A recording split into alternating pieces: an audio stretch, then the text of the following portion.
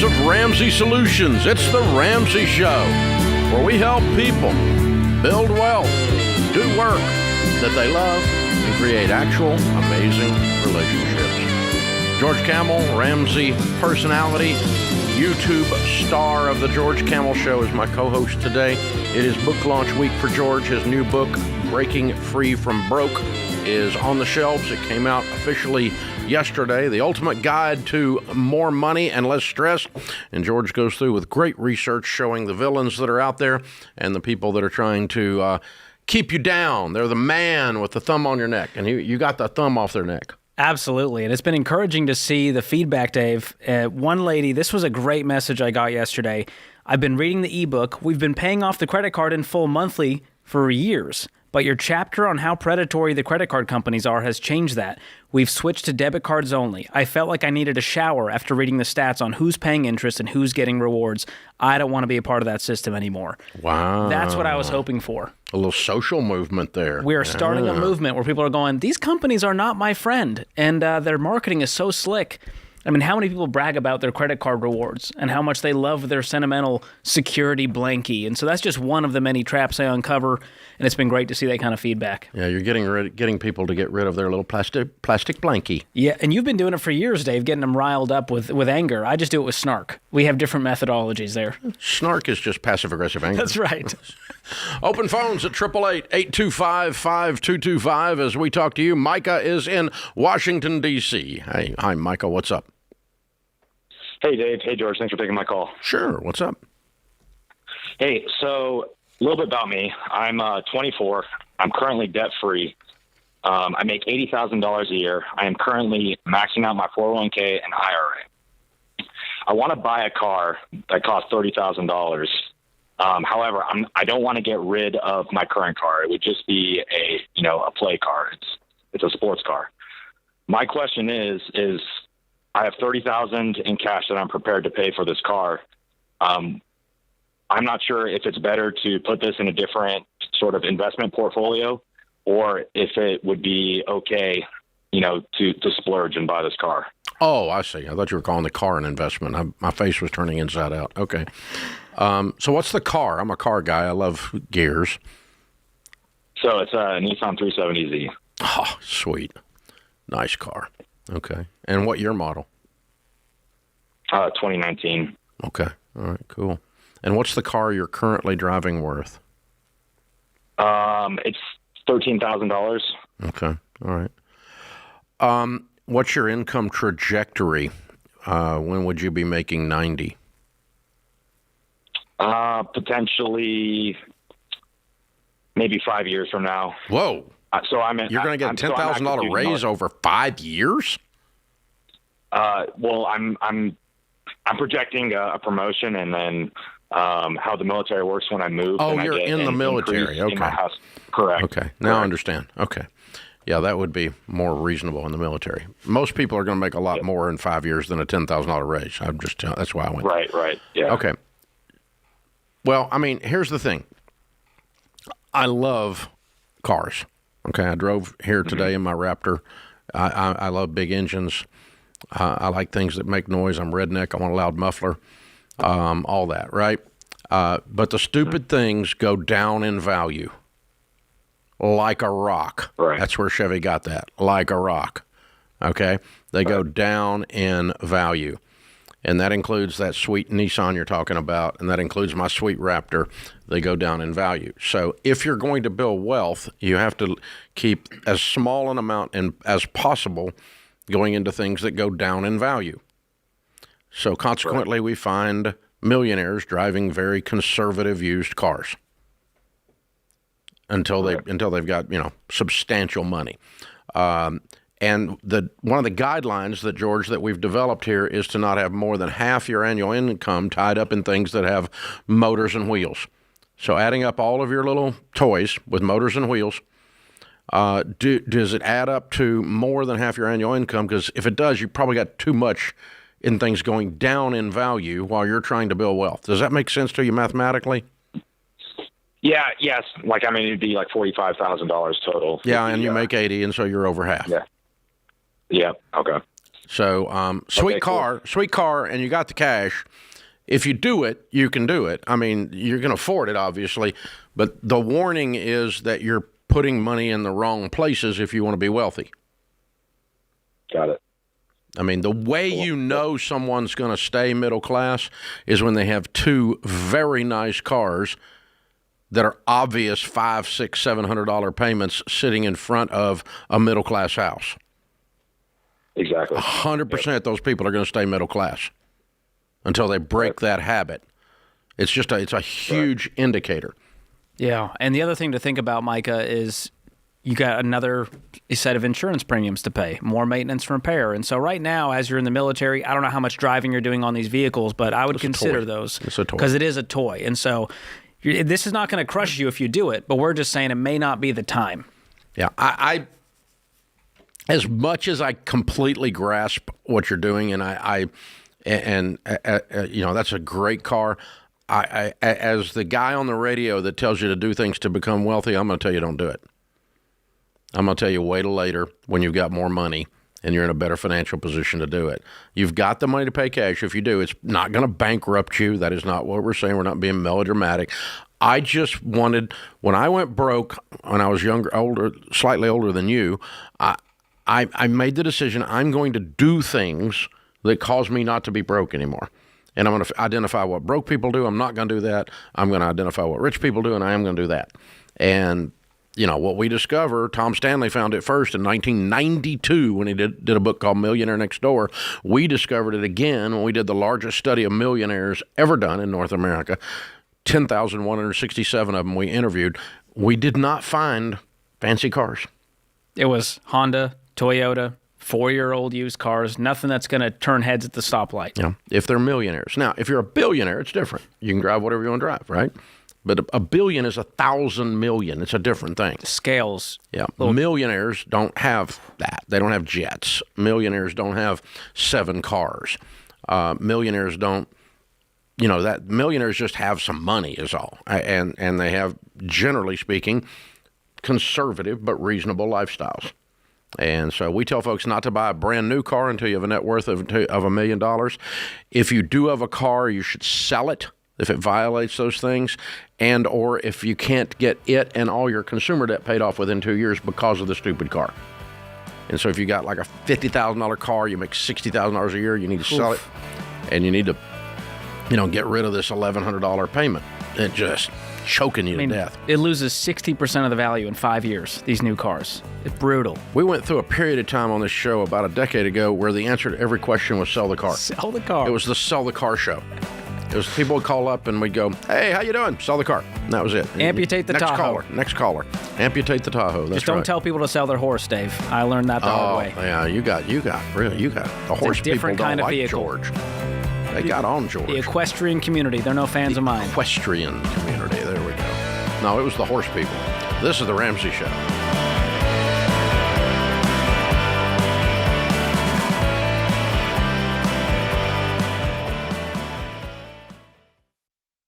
Hey guys, I've told you before about Christian Healthcare Ministries, a health cost-sharing ministry.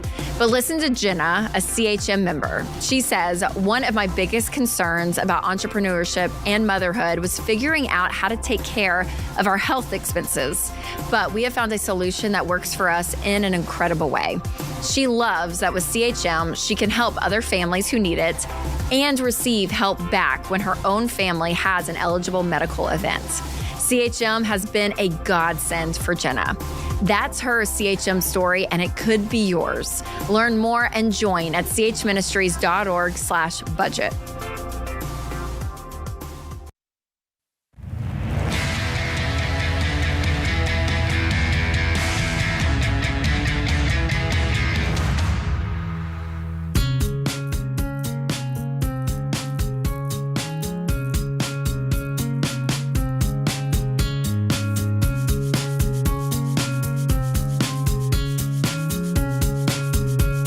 George Camel, Ramsey Personality, is my co-host today. Thank you for joining us. Open phones at 888-825-5225. Will is in Atlanta.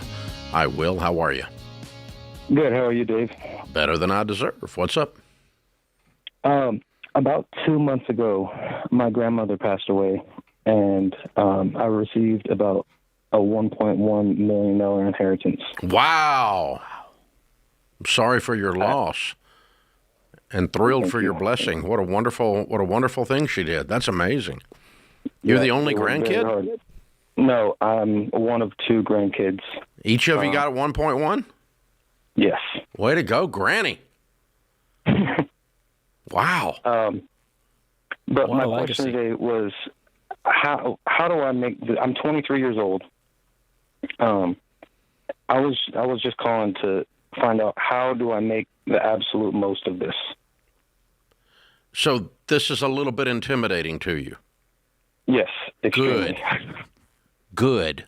That's a good sign. That means you're wise. If you were having a woohoo, I hit the lottery moment, it would mean you're a child. And so I'm glad you're a little bit in. That's a great. It should take your breath away a little bit. This kind of fear is the beginning of wisdom. So way to go. It's a good fear. I don't want you to be panicked or anxiety ridden or anything like that, but I do want you to be aware. I just got behind the wheel of a car that is way more powerful than anything I've ever driven, and I need some driving lessons. That's what you're aware of. Good for you. So proud of you. Good. Okay. First thing is keep that mindset. Second thing is never put money in something you don't understand, no matter who says to, including me. Anywhere you read or hear to put money in something and you can't tell somebody else how it works in detail, do not put money in it. Okay? Okay. Which means you might be going a little bit slow at first because this money might just be sitting in a bank account because that's what you grasp right now, okay? Okay. The third thing is, the Bible says, in the multitude of counsel, there is safety. Money people, too many of them, have a little bit of arrogance in them, and they want to tell you what to do. If you have a money person, a financial advisor, an insurance person, a real estate person, an estate planner that is telling you what to do, instead of teaching you, fire them and get another one. You want someone with the heart of a teacher, because it is not their job to manage the money. It's yours. Your grandmother didn't leave it to them. She left it to you. So it is your job to sit with a mutual fund broker, with an advisor, and learn and learn and learn and learn and learn. And you're doing that today. You called us because I want to learn what to do, right? That's very good. But always look for someone with the heart of a teacher. You cannot offload the nervousness of this responsibility by letting someone else make your decisions. Okay. That makes sense? Yes. So if you have to understand it, and you have to have people helping you that have the heart of a teacher, that helps you understand it. Those two things work together. And then you're going to move slow. You just move at the speed of your comfort, at the speed of peace. When in doubt, don't. Easy enough, right? That is very easy. Yeah. In other words, when your stomach's moving up towards your throat, you wonder if this would make your grandmother angry with you, don't do it. Which is your fourth thing. Each time you make a decision with this money, ask yourself, would this cause her sitting in heaven to smile and be proud of her grandson? Okay? And if the answer is no, don't do it. Because this lady had some sense. She left $2 million to her 2 grandkids. So I think we can use her as a filter for our decision making, honoring her legacy, honoring her memory, causing her to smile in heaven as our filter, and that's going to help you also. Does that make sense to you? Yes, it does. Okay. So there's no magic formula on what to do with the money. I put mine in growth stock mutual funds, and I pay cash for real estate. And I live 100% debt-free, and you probably already knew that. Yes, I do. And George does the exact same thing. Absolutely. And when you look at this money as a steward or a manager of it, it changes the filter. And an easy way to do this is filter it through the baby steps, number one, but also filter it through 3 buckets: giving, saving, and spending. So you should give some of this and be generous, just like your grandma was. You should spend some of it and enjoy it. And you should invest probably the biggest portion of this for the future. What do you make? I currently make about $110,000 a year. Okay, so you don't need any of this. No. Yeah. And so here's an interesting thing. If you put it in something like a mutual fund and it makes 10%, it'll double every 7 years. So you said you're 23? Yes, 23 years old. Yeah. So it'll be 2.2 at 30.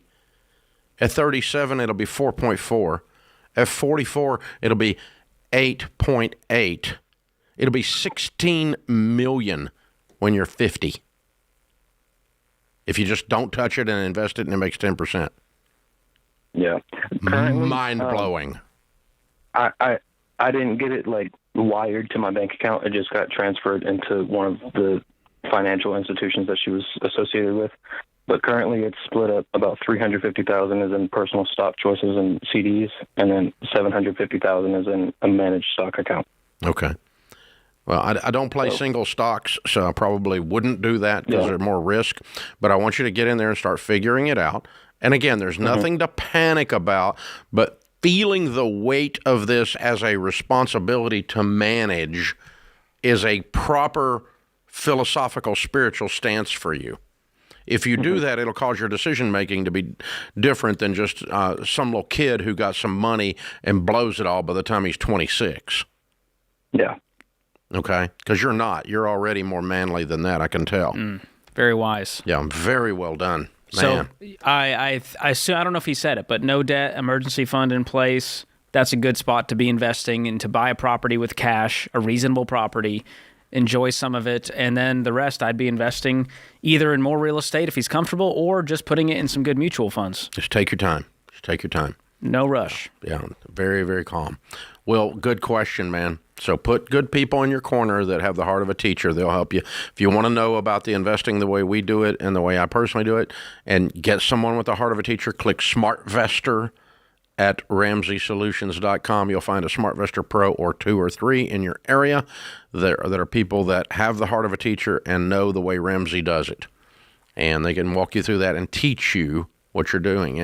And they're going to move you out of those single stocks. I can tell you that. If once you understand, you're going to move you out of those single stocks. Paul is in Cleveland, Ohio. Hey, Paul, welcome to the Ramsey Show. Hi, thanks for having me on. How are you? Better than I deserve. What's up? I'm trying to, I recently graduated from college. I've got about $20,000 in student loan debt and about $40,000 already invested in my retirement account, split between a Roth IRA and my company's 401k. What do you make? I'm trying to balance, what's that? What do you make? I make about $60,000 a year. Okay. You're trying to balance what? Trying to balance continuing to save for retirement and getting ahead on that. I'm 24 years old, and just making sure that I also pay off the student loans. So I have got about $10,000 set aside as an emergency fund, and I'm just trying to figure out what to do next, whether I should lump sum pay down my student loans or just keep saving for retirement since interest rates are a little bit lower than what you expect to get out of the stock market. Well, Paul, I will talk to you like as if I went back in time, because I had more student loan debt than you and I made less than you. And so at 23, I was $40,000 in student loan debt. I wasn't making any progress. I was trying to play the same game you are, balancing this all. Here's what you got to do. Paradigm shift. Let's try a proven plan. That means we're going to take $9,000 from this emergency fund, pay down the debt. That's going to leave you with 11 left. Making 60, you're going to knock that out quick. Pause investing. You'll be back to investing probably in 6 months if you do it this way. Yeah. Investing 15%. Don't balance debt and investing. Get the debt cleared and then go whole log on the investing. That's what George is saying, and he's right. This is the Ramsey Show.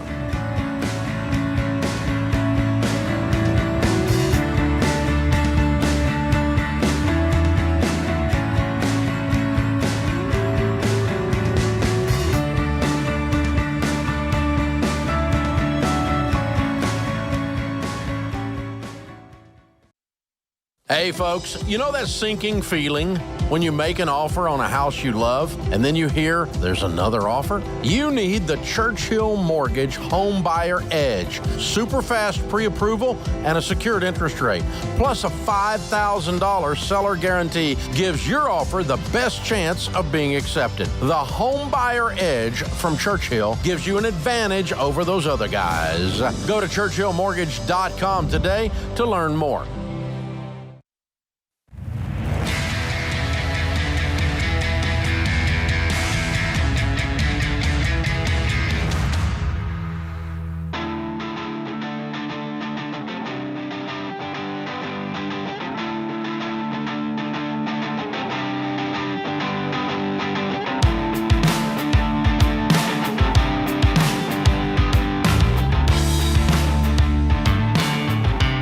George Camel, Ramsey Personality, is my co-host today. Matthew is in Fort Worth. Hey, Matthew, welcome to the Ramsey Show. Hey, guys. Thanks for taking my call. Sure. What's up? So my wife and I, we are currently on baby step 2. And, being from Texas, our biggest debt is my truck besides our house. But I'm kind of in a unique situation where my company pays me mileage, IRS mileage rate, and I do about 30,000 miles a year on the truck, which comes out to about $20,000 a year in income. And so it makes the truck payment, covers gas, insurance, and all that. I was just wondering, would it be possible to keep the truck, or would you recommend getting something downsizing and maybe pocketing some of that mileage money to put towards our other debt? Whatever you drive with those miles, you're destroying its value. Right? Yep, correct. So from a business perspective, if you were running a fleet, you would buy the least expensive vehicle that would get the job done, which would be less than you're driving. Get the job done is reasonable comfort because you spend a lot of time in it, and reasonable reliability because you have to get there. But that's the definition of get the job done, and certainly can do that for half of what you're driving. Because whatever you're driving, you're turning it into nothing in 3 years. 4 years, you put 120,000 miles in this thing. Yeah, correct. And so now we've got a highly depreciated vehicle. What did your truck cost when you bought it? Right at $40,000. It's a 2023 Toyota Tacoma. Okay, nice truck. Yeah. So plus interest. I owe about 35 on it currently. Yeah, and it'll be worth about 5 by the time you're done with it. Okay. After putting on 200,000 miles on there. Yeah, I mean, you're a road warrior. You're whatever you drive. Yeah. If you want to keep the Tacoma and you've got the money and you make enough money to pay this off and all that kind of stuff, I'd put it in the driveway and I'd buy something else to drive. Okay. But because whatever you're driving, you need to just say out loud, I'm destroying it. So we don't want to destroy a nice car. Yeah, just kind of like my thought was by 120,000 miles, the truck should be paid off using the expense money. And then, it's a Toyota, so I'm hoping to get, 300,000 You get the expense money whether you lose your butt on the truck or not. Okay. Right? Yeah. You don't have to destroy a $40,000 truck to get the expense money. All right. Yeah. Yeah. So, I mean, I don't mind if you keep the thing, assuming the other numbers add up and you can pay it off. You owe $35,000. What's your household income? About $175,000. Okay. How quickly can you pay it off if you just lean into it? Well, we got about $13,000 credit card debt right now, and then about $9,000 on the wife's car, and then $35,000 on this. Mm-hmm. So you could be debt free in like a year, a little over a year. Yes, that's the plan with the baby steps. Yeah. If I'm you, I mean, that's a great truck. That's what Rachel's husband drives. He's got one. They're great. They're really good trucks. And you like it, obviously, because you're fighting to keep it in the conversation. So, but I don't mind. You make $175,000 a year. You can drive. You can own a $35,000 Tundra. It's okay. But I would own it and put it in the driveway. I personally wouldn't destroy it. I mean, I've got the Raptor R, which is a super expensive truck, the 700 horsepower. I'm not putting those miles on that truck. Okay. I live 8 miles from the office. I drive it to the office. That's the only place I drive it, into the farm. That's it. Yep. I'm not putting a bunch of miles on this thing. It's too expensive a vehicle to destroy it with high mileage. And it gets crummy gas mileage with the 700 horsepower. But it ain't made for economy fuel. That's all right. It is not an economy car. You can't fit it in the space, and it doesn't qualify. But same thing though. I mean, I can afford the ridiculousness of that, and you can afford this. So I would say keep it and get something else that you destroy the value of. Yeah, you make 175, pay off this 57 in no time, and get you a little commuter car. And then get you a $10,000, $15,000 truck and destroy it, or whatever. And that'll all whatever happen it is you want to drive. In 12 months, you can do all of this. Yeah, you can. You're doing great. So I just want you to look at the whole car thing different, because you're systematically destroying the vehicle. In value, anyway. I mean, you're not the stupid Tundra will probably run 300,000 miles if you take care of it. So you're not destroying it in that sense, because they're great truck. But I just wouldn't do that to that car. It doesn't make any sense. And you guys that are road warriors out there, and your company gives you a car allowance, the car allowance is not dependent upon you having a car payment. And in his case, the expense, they're giving him mileage and stuff. You get that if you drive a $5,000 paid-for truck or $85,000 truck. You get the same exact mileage. But people like to justify the car they want. It's okay because I get this. No, you get it anyway. You're going to get the money anyway. So pocket that $500 instead of sending it to a lender. Exactly. Why don't you keep it? That'd be a great idea. So, good way to think about this stuff. Good question, sir. We appreciate you joining us. Open phones at 888-825-5225. Adrian is in Detroit. Hi, Adrian. Welcome to the Ramsey Show. Hi, thanks for having me. Sure. What's up? So I am 33 and my husband is 35, and we are still working on baby step 2. So we have $0 in retirement, and it keeps me up at night. I don't know if we're too far behind. You're 33. I know, but we still have $14,000 in student loans. I was bankrupt at 28. You're not too far behind. Okay. I'm glad you're a little worried, because it's going to motivate you to not be a stupid American consumer, and you're going to get out of debt and save money. That's a good motivation for the fear, but I don't want you anxiety-ridden that this is not possible, hopeless that this is not possible. You should retire with several $1 million. What do y'all make? Okay. We make $97 with our salary full-time jobs, but then we also do side hustles. And you have how much is student loan debt? Well, we've paid off $158,000 in debt so far. We have $14,000 left. Amazing. How long did that take? Well, we've been on the Ramsey plan for a little less than 2 years. You paid off $158 in 2 years. Yeah, we sold our Tesla and yes, sell the horse, sell the Tesla, whatever you got to do. That's impressive. Yeah. So you'll be out of this debt in a few months. It sounds like maybe 6 months. Yeah, that's our goal. Yeah, our goal is to be out of the debt in hopefully the next 3 months. We're really going to push it, and then we've got to save that 3 to 6 months. But okay, so if you're 34 years old and you save $15,000 a year, 15% of $100,000 from 34 to 65. I'm doing this in my head, but I think that's probably going to be close to $10 million. Okay. You're not too late. You can go use our investment If I'm half wrong, I think you'll be okay. Okay. Okay. Thank you. I do want you to continue to follow the Ramsey plan. Get your emergency fund in place and start saving baby step 4, 15%, right? Yeah. And jump on the website at Ramsey and at Ramsey Solutions and run the investment calculator, and it'll show you what $15,000 will be. I did that in my head. I don't remember what it is, but it's if you start with zero, well in excess of $1 million. It's probably between 5 and 10. Yeah, 30 years of working, $15,000 plus your income's going to go up over time. So think about that. You're going to be doing more than $15,000 a year over the course of time with compound growth over 30 years. At 10%. I mean, it's going to be mind-boggling. You're not too late. You're in good shape if you play through. If you keep on the track that you're on, okay, which is to work the baby steps, you're going to be a multi-millionaire, okay? Okay, thank you. Yeah, but go ahead and do that math for yourself, and it helps you.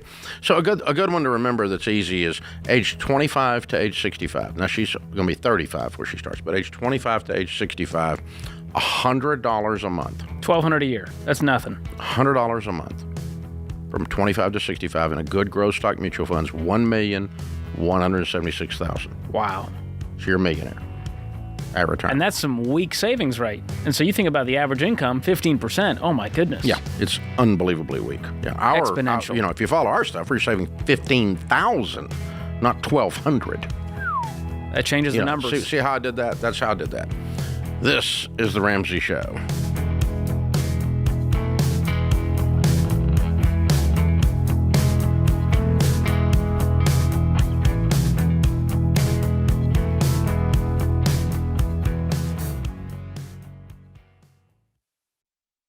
Hey guys, Ramsey Solutions started small and grew fast. Because of that rapid growth, there were times when our systems slowed us down. That's why we switched to NetSuite. It works for us and it'll help your business too. Whether you're starting on a card table like I did, or you're well on your way to becoming a multi-million-dollar company, NetSuite can scale with you and help you communicate and plan better. Because you know your day-to-day up and down and sideways, but accounting, analytics, and supply chain are on another level.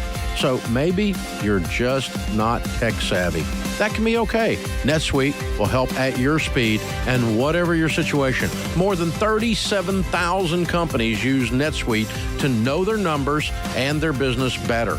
So check out NetSuite today and find out how they can help you become the business you want to be 5 or 30 years from now.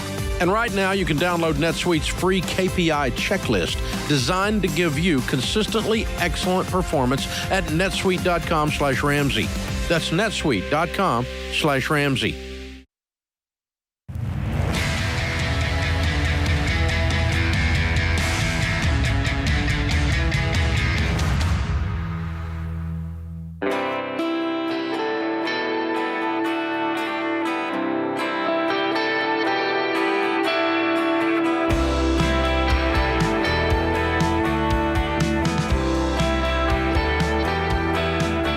George Camel, Ramsey Personality, is my co-host today. If you didn't know, we broadcast in Franklin, Tennessee, just a little bit south of Nashville, Tennessee. It's a wonderful Civil War era town, historic and beautiful and quaint and all that kind of stuff.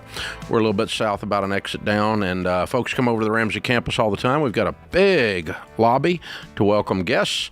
It includes a whole timeline, the history of everything we've done here, places to take pictures, and remember, the debt-free stage is out there. There's free coffee, free chocolate chip cookies, and if it snows a quarter of an inch in Nashville, people think that it's 92 inches deep and we're ready for a ski slope or a blizzard, and they go in freak-out mode. So everything just shuts down. Like a hard frost shuts the town down, okay? And so we usually have 50 to 200 folks sitting out here watching the show. We do it live from 1 to 4 Central every day, Monday through Friday.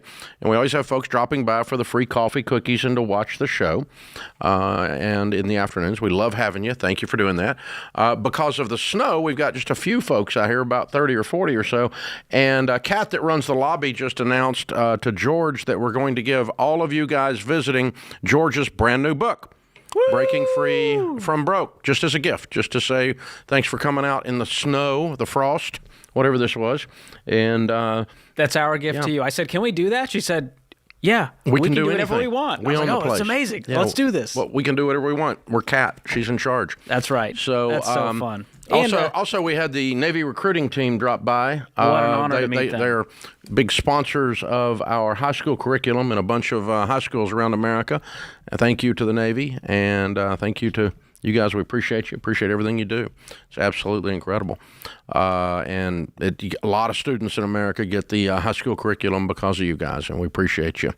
And, of course, we appreciate your service. So, and if you visit, good note, Dave, that we actually go out in the lobby twice an hour, and we'll greet people and sign books and say hey. So that's how we found out about all this a minute ago. Yeah, we were all out. You and I were out there at the break getting our books, meeting people, taking pics. So it's a real fun way to make it part of your Nashville trip. It's Not as cool as Disney when the Mickey characters come out, but it's similar. Well, some people are so excited that I'm like, you need to get out more. Like, this is too fun for you. Pluto and Goofy just went out. Exactly. I'm not saying who's who. Okay. But, all right. The Ramsey Show question of the day is brought to you by Neighborly, your hub for home services, from repairs and maintenance to home improvement projects. Winter brings some challenges for homeowners. You need to check out Neighborly's helpful winter checklist, which you can download for free. Check it out at neighborly.com/Ramsey. Today's question comes from Connor in Oklahoma. We have approximately $200,000 in business debt, the majority being a $150,000 small business SBA loan that we personally guaranteed. The business failed about 5 months ago, and we have left the business to get regular jobs now. The debt still lingers, and we're considering filing Chapter 13 bankruptcy soon, but wondered if there was a better way since this debt is not from frivolous spending. My wife and I don't overspend in our personal lives, but this business debt is in our name and destroying our credit, our mental state, and our blood pressure. Oof. Okay. To start with, Chapter 13 is a payment plan. Dude, you're already on a payment plan. You SBA loan gets paid in full in Chapter 13. So you got 60 months, and you're going to pay it off over 5 years in Chapter 13. So filing Chapter 13 is useless. If you're already paying payments and you can work your way through payments, then Chapter 13. Chapter 7 would clear the loan.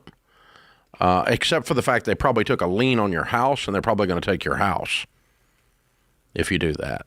And so I think you continue to work it outside of bankruptcy. Chapter 13 is of no benefit to you except maybe getting the payment lower, but you're not going to get out of the debt in a Chapter 13. And you're not going to get out of the debt if they have a lien on your house. And most of the time, the SBA will take a lien on your house in these situations. So if they've got a second on your house and there's big equity in your house, they're going to take the house. You're either going to pay them or they're going to take the house. 100 cents on the dollar. Unless you negotiate with them. But bankruptcy does not make the SBA lien on your house go away. If it's there, he didn't say, but that's a typical process for the Small Business Administration. That's why I hate SBA loans. I hate them because of this exact situation right here. So I instead would pretend like you have a $200,000 student loan, which is also not bankruptable, by the way. And I would just roll up my sleeves and go bananas and take 6 jobs and get your income up, spending down, and get it paid down as fast as possible. Because if you can throw $50K out at a year, basic math says we can pay this off in 4 years. Yeah. If you can pay $100 a year, you're done with this in 2 years. And we don't have your income from this email, but it's not overspending, but it was a really dumb idea to open a business with a loan. That's why we tell people don't do that. Ouch. I'm so sorry, man. It takes your breath away when this happens. Number one, you got the failure of the business hanging around your neck, and then you've got this reminder every month that we failed when we may have to make these huge payments. So, couple of things. Number one, I would consider rolling up your sleeves and working 6 jobs and just paying it down like anybody else with great gazelle intensity. That's going to be the best way. Number two, if you have enough equity in your home to clear the loan, you may want to sell the house and be out of it. Be done with it and go rent and start fresh from there. Because you're going to lose the house if you file a Chapter 7 bankruptcy. And if you file a 13, you're paying payments. Again, it's of no benefit. You can pay payments. So, oh man, it's awful. Sorry you're facing that. Yeah, the success of businesses largely relies on, this cash flow. And when you have $200,000 in debt to start, and with the high failure rate of some of these small businesses, it just makes the problem worse. Yeah. We're huge proponents of small business, EntreLeadership. We work with about 10,000 of them. And I do the EntreLeadership podcast once a week, talking to small business people every week. And we love doing our EntreLeadership events. And every single time we tell you to stay away from loans, particularly, it's an oxymoron that you say the Small Business Administration screws more small businesses than anybody else. I mean, isn't that weird? I mean, it's just weird. It sets you up for failure. Number one cause of small business failure, cash flow problems. What causes cash flow problems? Don't pay your taxes on time and have a big SBA loan. This causes cash flow problems every time. All right, Jared is with us in Jacksonville, Florida. Hi, Jared. How are you? I'm doing good. How are y'all? Better than I deserve. What's up? So I've been living paycheck to paycheck lately, and just want to know if you guys have any advice for me. I'm starting on baby step number 1 right now, and just trying to work my way up to being debt free. Do we ever, my friend? Well, one thing you can check out, it's totally free. We just did a live stream called Break the Cycle, where we help people break that paycheck to paycheck cycle at RamseySolutions.com/break the cycle. But the key here is to get on a budget and start looking at what is going on with my money. Because you make money, right? How much do you make? Right now I'm making $65,000 a year, but as of the 1st of February, I'll be making $72,000. Wonderful. And how much debt do you have? Around $80,000 in debt. Okay. So now this becomes a math problem. We have $80,000 in debt. We make $75,000. How do we pay this off aggressively? We recommend budgeting plus the debt snowball, and that's going to help you aggressively pay down this debt, smallest to largest balance. And we start with $1,000 in the bank. Do you have $1,000 in the bank? I do not. I'm working on getting that right now, but Great. Just with my bills and rent and everything, and I'm a very frivolous spender, to be honest with you guys. Yeah, that's what's... So your first step is to get organized and get on a written budget, a detailed plan. Pretend like you were managing this money for someone else. You had 70 coming in, and you need to clean up an 80 mess, right? Okay. And if I hired you to do that for someone else, you could do it. But the problem is the partying on the weekends. The problem is the impulse spending. The problem is you're just, you're out of control and it's showing up in your money. And you said that, I didn't, right? Yes. Yeah. Okay. So we know what the solution is. It's the guy in your mirror. He's the solution to this issue. So jump online and watch that Break the Cycle. Get the Every Dollar app and start using it. It's free to start. And jump in there and start using it and start to put together your budget and make the money that you have behave instead of wondering where it went. This is The Ramsey Show.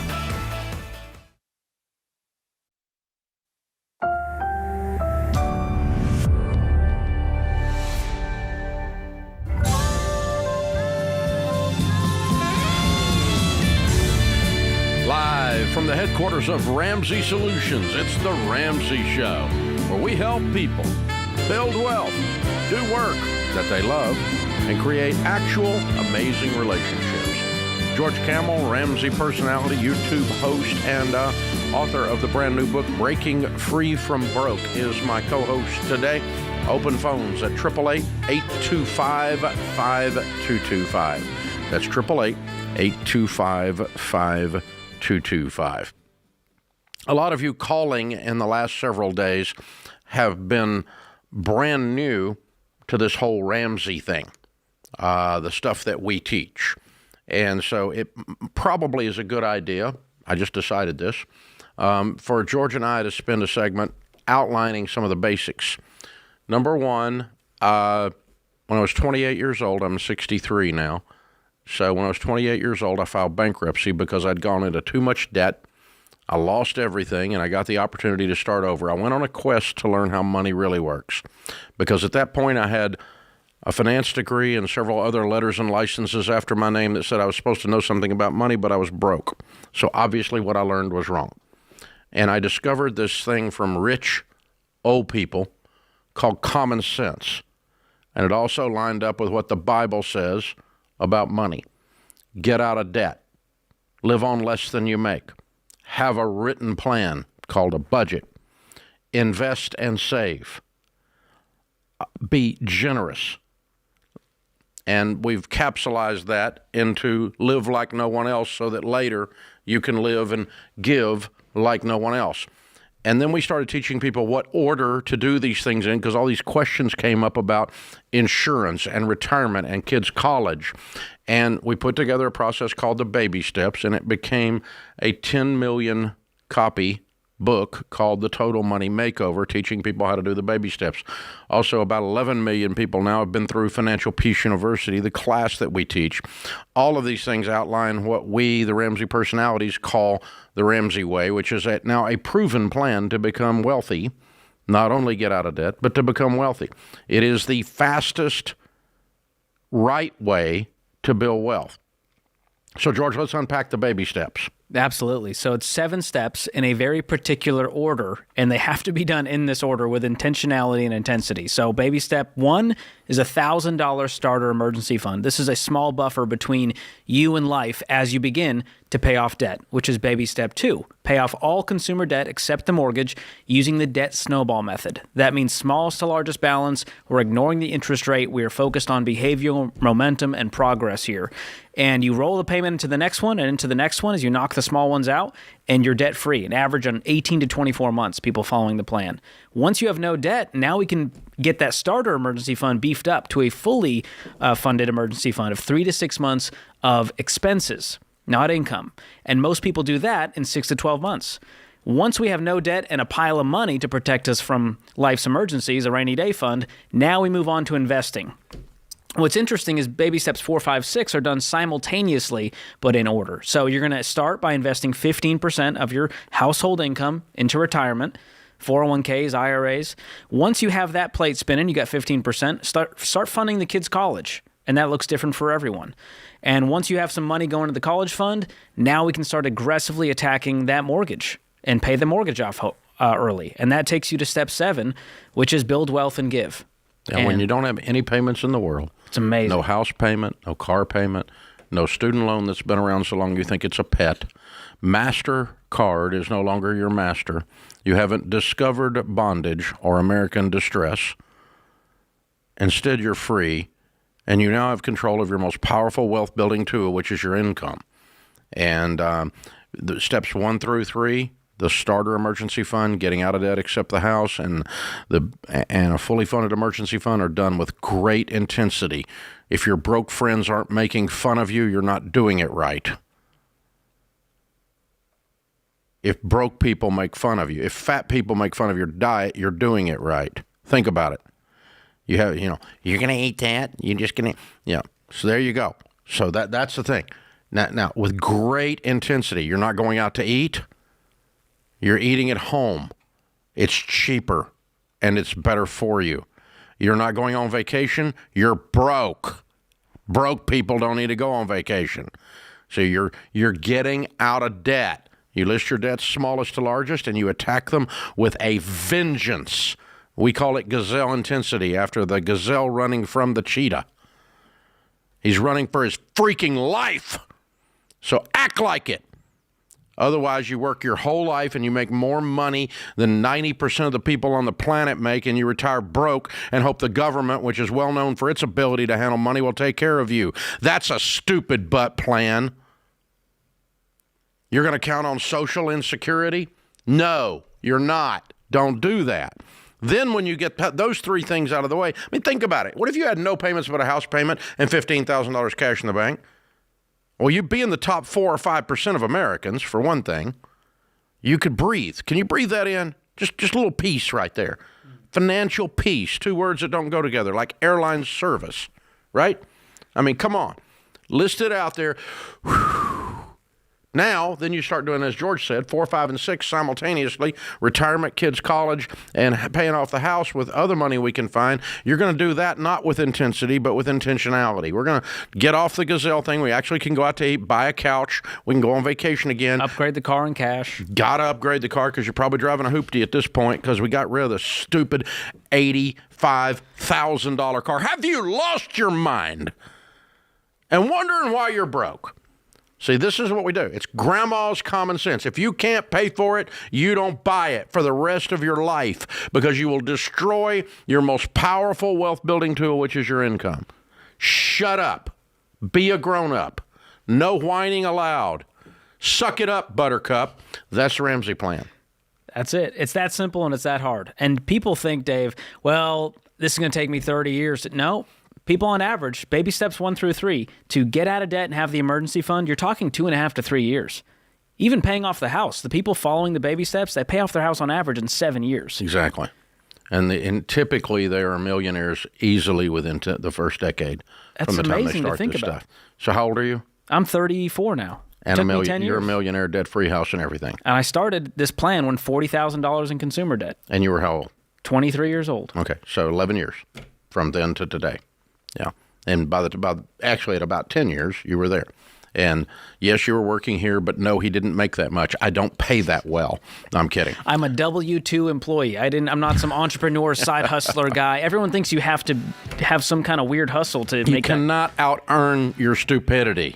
You got to live on less than you make. I tried it. I went broke trying that. I'm good at making money. I've always been good at making money. What I wasn't good at is taking care of it once I made it. And that's how I went broke at 28 years old. And then from then on, I've been telling everybody else not to do this. And Dave Ramsey just doesn't understand. Dave Ramsey's done it. Shut up. I am the story. Shut up. No excuses, wuss. Go do it. This is the Ramsey Show.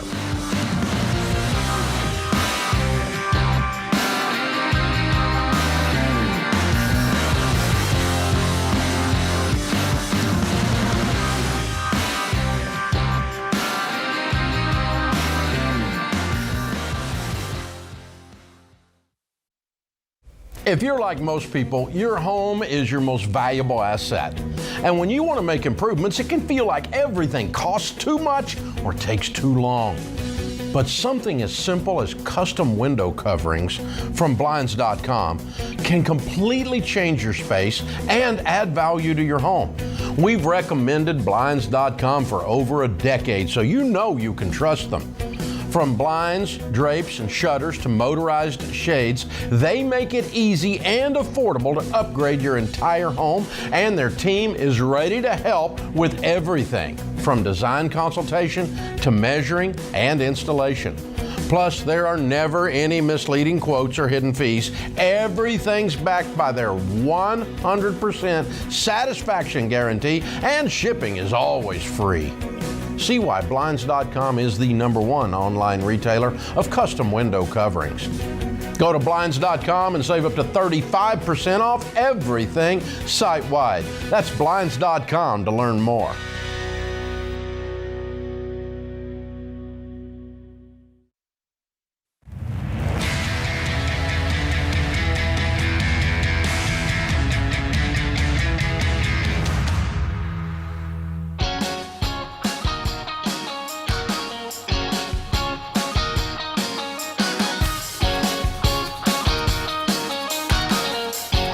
George Camel, Ramsey Personality, is my co-host today. Thank you for joining us, America. George is the author of the brand new book, Breaking Free from Broke. We'd love to have you pick it up at Ramsey Solutions or anywhere great books are sold, RamseySolutions.com to be precise. Thanks for hanging out with us. The phone number here is 888-825-5225. I want to say thank you to all of you. We've been asking you to subscribe. Click the subscribe button, click the follow button, and you have been. We appreciate it. And you've been leaving some really nice 5-star reviews on the show. Thank you for that. You're very helpful. We appreciate you. And, of course, you can help. The big thing is share the show. If the platform that you're on has a share capability, just click share and send it to somebody, or cut the link out. Or if you're listening on talk radio, just tell people where you're listening. Just share. Tell people what you're doing. And, we appreciate it because we know it's happening because we just hit #1 on all Apple Podcasts the other day. #1 of all of them. That's kind of mind-blowing. And we've had our billionth download. 1 billion downloads. And that's because of you guys. Thank you so much for that. All right. Up next is going to be Jim in Raleigh, North Carolina. Hi, Jim. How are you? I'm well. Hi, Dave. So my question today, Dave, is so me and my family were on baby step 4. And we want to buy a house, and we've saved up, about $25,000-$30,000 to buy a house. But good for you. My profession is very volatile. I'm a college football coach. So like we could be somewhere a year, we could be somewhere 10 years, we could be moving across the country, and we're just trying to figure out when is the best time to buy a house. We've got we've got a young family, and we're kind of sick of renting, and we want our own spot, and we're just kind of trying to figure out when is the best time for us to do it. Did you have a winning season? This last year we did not. Okay. So when you moving? We're on the move. So right now we're kind of looking. Right now we're looking. So I'm a young coach, and we're looking, and we're just trying to figure out. Okay, this next job are we going to buy? Or obviously, it kind of depends on where we end up, but. Just trying to figure out, should we even be considering? Like I said, yes, you should buy. You should buy. You should buy because we don't know. Now, here's what you want to look for, Nick, in your situation. Or I'm sorry, Jim, in your situation. Typically, you need to own a house in most markets a couple of years. Otherwise, you're going to lose money on it. Okay, but in most cases, you're going to be there 2 years. Yep. Okay. And the way to be careful about that is if you are going into some job where it's a super small town and there's not much of a market, you need to be careful. But if it's a metro area where there's a good market and you can turn the property over, then you're probably going to make money after 2 years in most cases, just historically. Now, if you want to be real nerdy about it, here's how you can do it. When you are looking at a neighborhood in the next town that you're going to move into, ask the real estate agent and get one of the good Ramsey trusted real estate brokers that we endorse. Ask the agent to pull some MLS, multiple listing service statistics for you. Here are the 2 stats you want. Okay? Number 1, just say within a 5-mile radius of this house we're looking at. Just like drop a dot in the middle of it, 5-mile radius. You following me? Yep. What is the average annual growth rate in prices for the last 10 years? Got it, yep. Now, keep in mind you have 20 in there, and 20 is screwed up statistics because after the Fauci pandemic, people came out of their houses like a Baptist looking for a casserole and ran the real estate market up, right? Yep. Okay, so you got an anomaly in the stats there. But other than that, look for it hard, and you're looking for average annual rate of return. A correlating number is the second one, and that's average days on the market, DOM. How long does it take the house to sell on average in a 5-mile radius of this house? So let me give you a couple of different ways you look at that number, okay?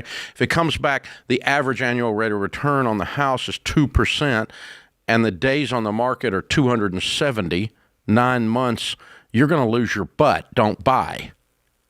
Yep. Because it's going to take 9 months to sell it, and you're going to make 4% in 2 years, and it's going to cost you 12% to get out of the house. You're going to lose money, and you're going to have trouble selling it, right?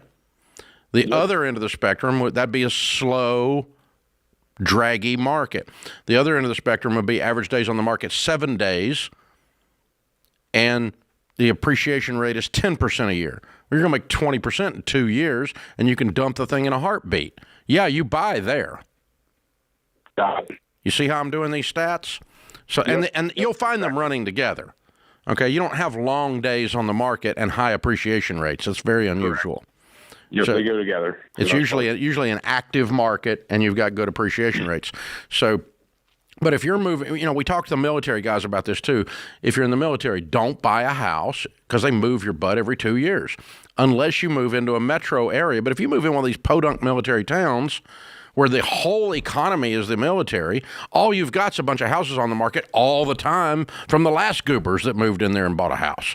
Okay, so you can't, they don't appreciate and you can't get rid of them. But if you're in the Navy and you're moving into San Diego, which is fairly typical, by the way, or you're moving into Virginia Beach or something like that, you got a very active market and you're going to be able to get out of it and make some money. So 2 years you need to know you're going to be there 2 years and look at those numbers nerdy.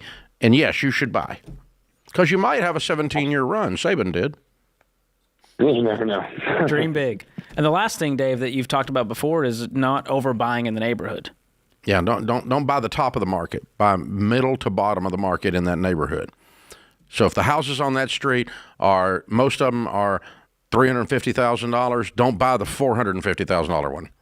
Buy the $350,000 or $300,000 one. Because people don't drive down that street looking for that price range. They drive down the street looking for $350,000. So don't buy $450,000 on that top of the market on that street. That's a good point, George.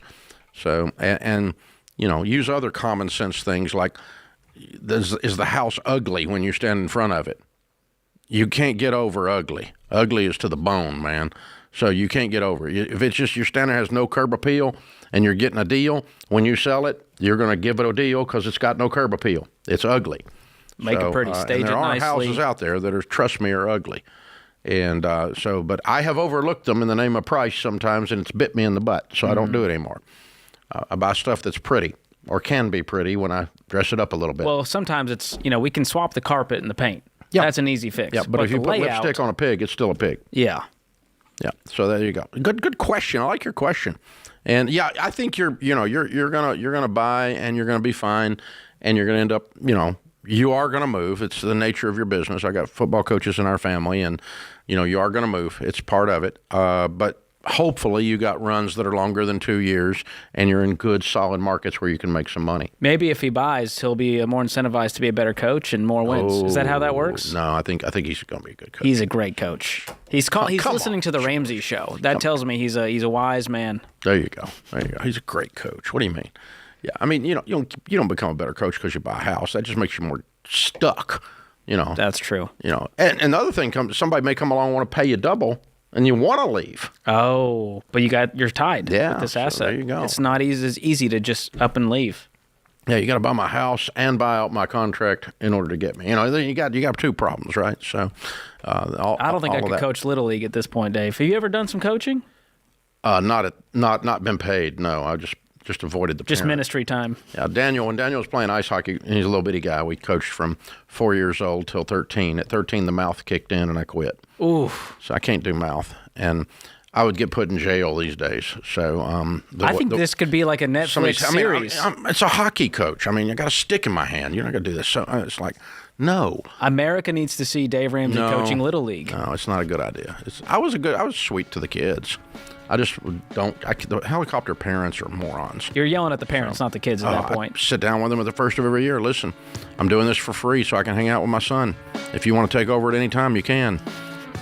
And if you bitch about it, you're going to be taken over. So there you go. Dave Ramsey's Rules of Little League. This is the Ramsey Show.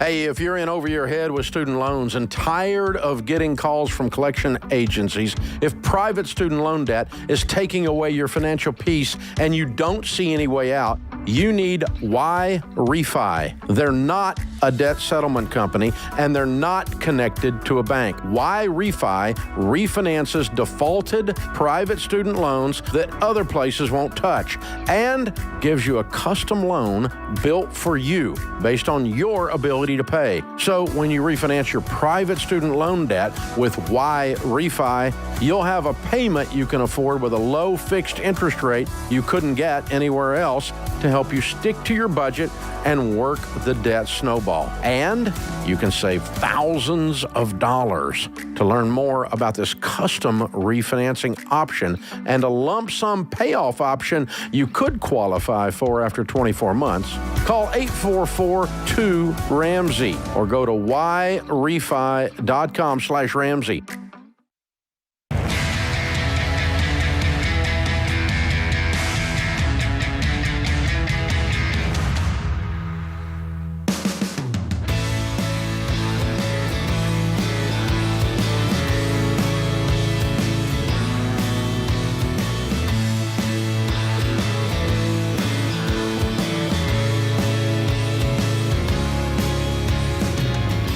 George Camel, Ramsey Personality, is my co-host today in the lobby of Ramsey Solutions on the debt-free stage.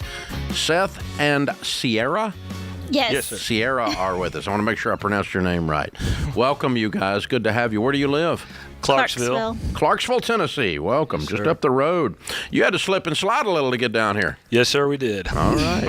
How much debt have you guys paid off? $110,000. All right. How long did that take? 36 months. Good for you. And your range of income during that time? Started at 38, ended at 120. Good Lord. Okay. What do y'all do for a living? I'm a police officer. Okay. And I'm in accounting. All right. So how did you jump your income from 38 to 120? Somebody got a job?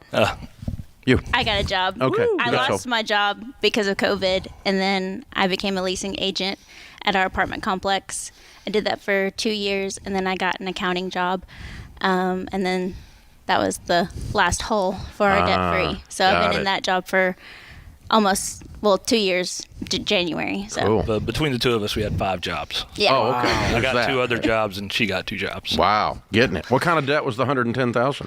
Oh, we had $10,000 on a credit card, $13,000 on a car, and $87,000 in student loans. Wow. Okay. So criminal justice degree or what? Yes, sir. Criminal justice degree. Okay. All right. I was guessing. Okay. Good. Very good.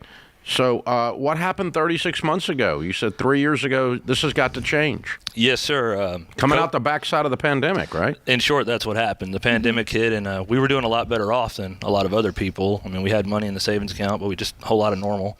She lost her job. You know, she called me when I was at work one day and said, "Hey, they're telling us not to come back into work." So things got really tight there for a minute, and we were kind of still making it, but kind of too much month left at the end of the money. So I remember I was just laying in bed, and she was laying there, and she was just really stressing about the money, and I didn't like that. So I was like, I can't control the pandemic. I can't control anything else, but I can control how we spend our money and how we move forward. So I looked you up. Well, I looked up just how to manage money better, and your plan came across, and I was like, this guy's plan works. You know, so I just did it. That was it. Never heard of us before that. Never heard of you before that. Wow. I just looked up like how to manage money better, and I watched just about every YouTube video. It was funny. She went to bed, and then I stayed up watching just about every YouTube video of you I could watch, and I was like, I'm not the smartest, guy, but dang, I can work. Dang it, I can work. So. I know how to work. I know how to make money. I know how to work, but that's most of the battle when it comes to getting out of debt, is being willing to do it and sacrifice, and you guys did it, working 5 jobs to get out of this mess. Yep. So the wake-up call is the stress point. Then you're flipping through these videos. What were you seeing there that made you say, I can do this? What was it that gave you hope? Every other plan that I saw, there was some kind of gimmick that went with it. 0 interest credit card or do this. I'm like, well, that just moves the problem. That doesn't fix the problem. And I watched Dave Ramsey does the Baby Steps Live in Dallas, and you're screaming at us, telling us how stupid we are. And I'm like, you know what? This guy. That's one of my favorite videos. I think, was that from like the 90s or early 2000s? You did a thing, I think, on Fox. I have no idea. I was watching. I'm like, this guy's screaming about gazelles and telling me to go to work and telling me, this guy, yeah. We don't sell microwaves, we sell crock pots. I'm like, that's the plan I need right there. So okay. I would like to add that I wasn't on board at first because I was terrified because I just lost my job. I was on unemployment, and he was like, we're getting out of debt, and I was like, I don't have a job. Like, how can we do this? And he made me watch your video. Yeah. So at first I called you a fun terrorist, Dave. Yeah, that's but it. Then I am a fun terrorist. That's good. I got on board. Yeah, looking back, I feel really bad. Not a violent terrorist, but fun. Yes. Looking back, I feel really bad because she went to sleep with her husband, and she woke up with some some lunatic. new person that just wanted to get out of debt. That's and how get it out of goes. debt now. Yeah. We'll blame YouTube for that. You go down the rabbit hole of Ramsey videos, you walk out a different man. Oh, that's fun. That is great. Thank you, YouTube. Wow. That's very cool. So you guys, within a few days of that, rolled up your sleeves, got on a budget, and started, I guess. Yes, sir. Yes. Absolutely. Okay. So way to go. What was the most lucrative side hustle? The one that surprised you? Like, oh my gosh, this is pretty incredible. Well, actually, So you did electric work? I did electric work, and I think the most lucrative for me was working security at the church I attended. Oh, nice. They decided, we were really blessed. I mean, God really came through in a lot of ways for us in this. And the church was like, hey, we need somebody to do security. Can you do it? Sure, I'm here anyway. So they paid me like $40 an hour. Wow. It was pretty good. So that came through. Really. And then you got some on-the-job experience there now as a police officer. Absolutely. That's really cool. Are you a police officer in Clarksville? Yes, sir. If I ever get pulled over there, I'll be like, hey, I know Seth. Does that do anything for you? Probably not, but I'll try. I was saying, I got commissions with leasing apartments, so that was also very She's really lucrative. good. Yeah, very good. So. Good job, you guys. Thanks, well sir. done. What do you tell people the key to getting out of debt is now that you've done it? Communication, sticking it out together, and also trusting the Lord. We had never tithed before. Ooh. So we started doing that, and that's when everything changed. Yeah, yeah, it really did. It really did when we started handling money God's way. It really, What church are you in there? First Baptist in Clarksville. Yeah, okay. Excellent. That's where we go. But yeah, perseverance. We had a lot of things happen. We had to pay a lot of stuff out of pocket. And, we had a move in there. We had some medical bills in there we had to pay. But just get right back on that horse and keep going and lean on each other. I mean, there would be times I'm working 90 hours a week. It was a hard 36 months. Very hard. Yeah, it was very hard. Very hard. Yeah. Towards the end now of that it. you're 100% free. It's amazing. Was it worth it? Yes, sir. Absolutely. Don't want to go back in it. No. Never. I don't want to ever have to live like that again. It's live like that, so never live like that, right? Yes, sir. Yeah. It's funny, we kind of switched roles. Seth was wanting to save the money when we were going through the debt journey, and I was wanting to spend it. And then once we got debt free, I was like, I'm a hoarder now. I want to save all the money. And Seth's like, I want to buy something. Yeah. Now we're finally out. She's calling me about a $10 expense at Walmart, and I'm like, just buy it. Yeah. We have the money. You got to rewire your brain to go, oh, we're free now. Yeah. We're free. We can enjoy life. Absolutely. Way to go, guys. Congratulations. We're proud of y'all. Thank you, sir. Well done. Very well done. This is it's honoring to us to hear that the YouTube videos in the middle of the night gave you some hope when everything was closing in on you. Absolutely. And that's a cool thing. That's very neat. And obviously you got access to that all free. That's perfect. That's the way it should be. I love it. The YouTube team and the SEO team working on, hey, if he searches for how to manage money, we want to show up. We want to give people hope instead of some shortcut scheme that's out there. Yep. Yeah, that wasn't an accident. Yeah, very good. Congratulations, you guys. Hey, we've got the Live and Give box for you to be able to enjoy some of these things and give some away. The Baby Steps Millionaires book, because that's your next step. You will be one. You are on track to do that for sure. The Total Money Makeover book, and of course, the Financial Peace University membership. We want you to enjoy all of those things or give them, depending on how you want to do it. It's the Live and Give box. Congratulations again. Thank Way you. to go. Thank Very you. cool. Thank you. Did you have people telling you shouldn't be doing this, that you were crazy? People thought we were nuts. Yeah, we had people that just kind of didn't understand the urgency. Not that they didn't support it. It's just they didn't understand the urgency of getting out of debt because we're still young. So I had so many people telling me, don't pay off your student loans. They're going to forgive it. They're going to forgive it. I'm like, I've never trusted the government for anything. So I'm like, no. And no. These are people that would never say that about anything else, but they say it about that. That's so strange. Right. Yeah. Well, how do you like me now, huh? There we go. Exactly. Toby Keith, right? Exactly. Way to go, you guys. Excellent stuff. All right, Seth and Sierra, Clarksville, Tennessee, $110,000 paid off in 36 long months, making 38 to 120. They're free. Count it down. Let's hear a debt-free scream. 3, 2, 1. We're debt free! Yeah! Done. I know how to work. That was his quote What a for the talent. day. It's a mic drop right there. If you're not scared of work, I'm pretty sure you're invincible in this economy. Yeah, it's having common sense is like having a superpower. It's pretty crazy. This is the Ramsey Show.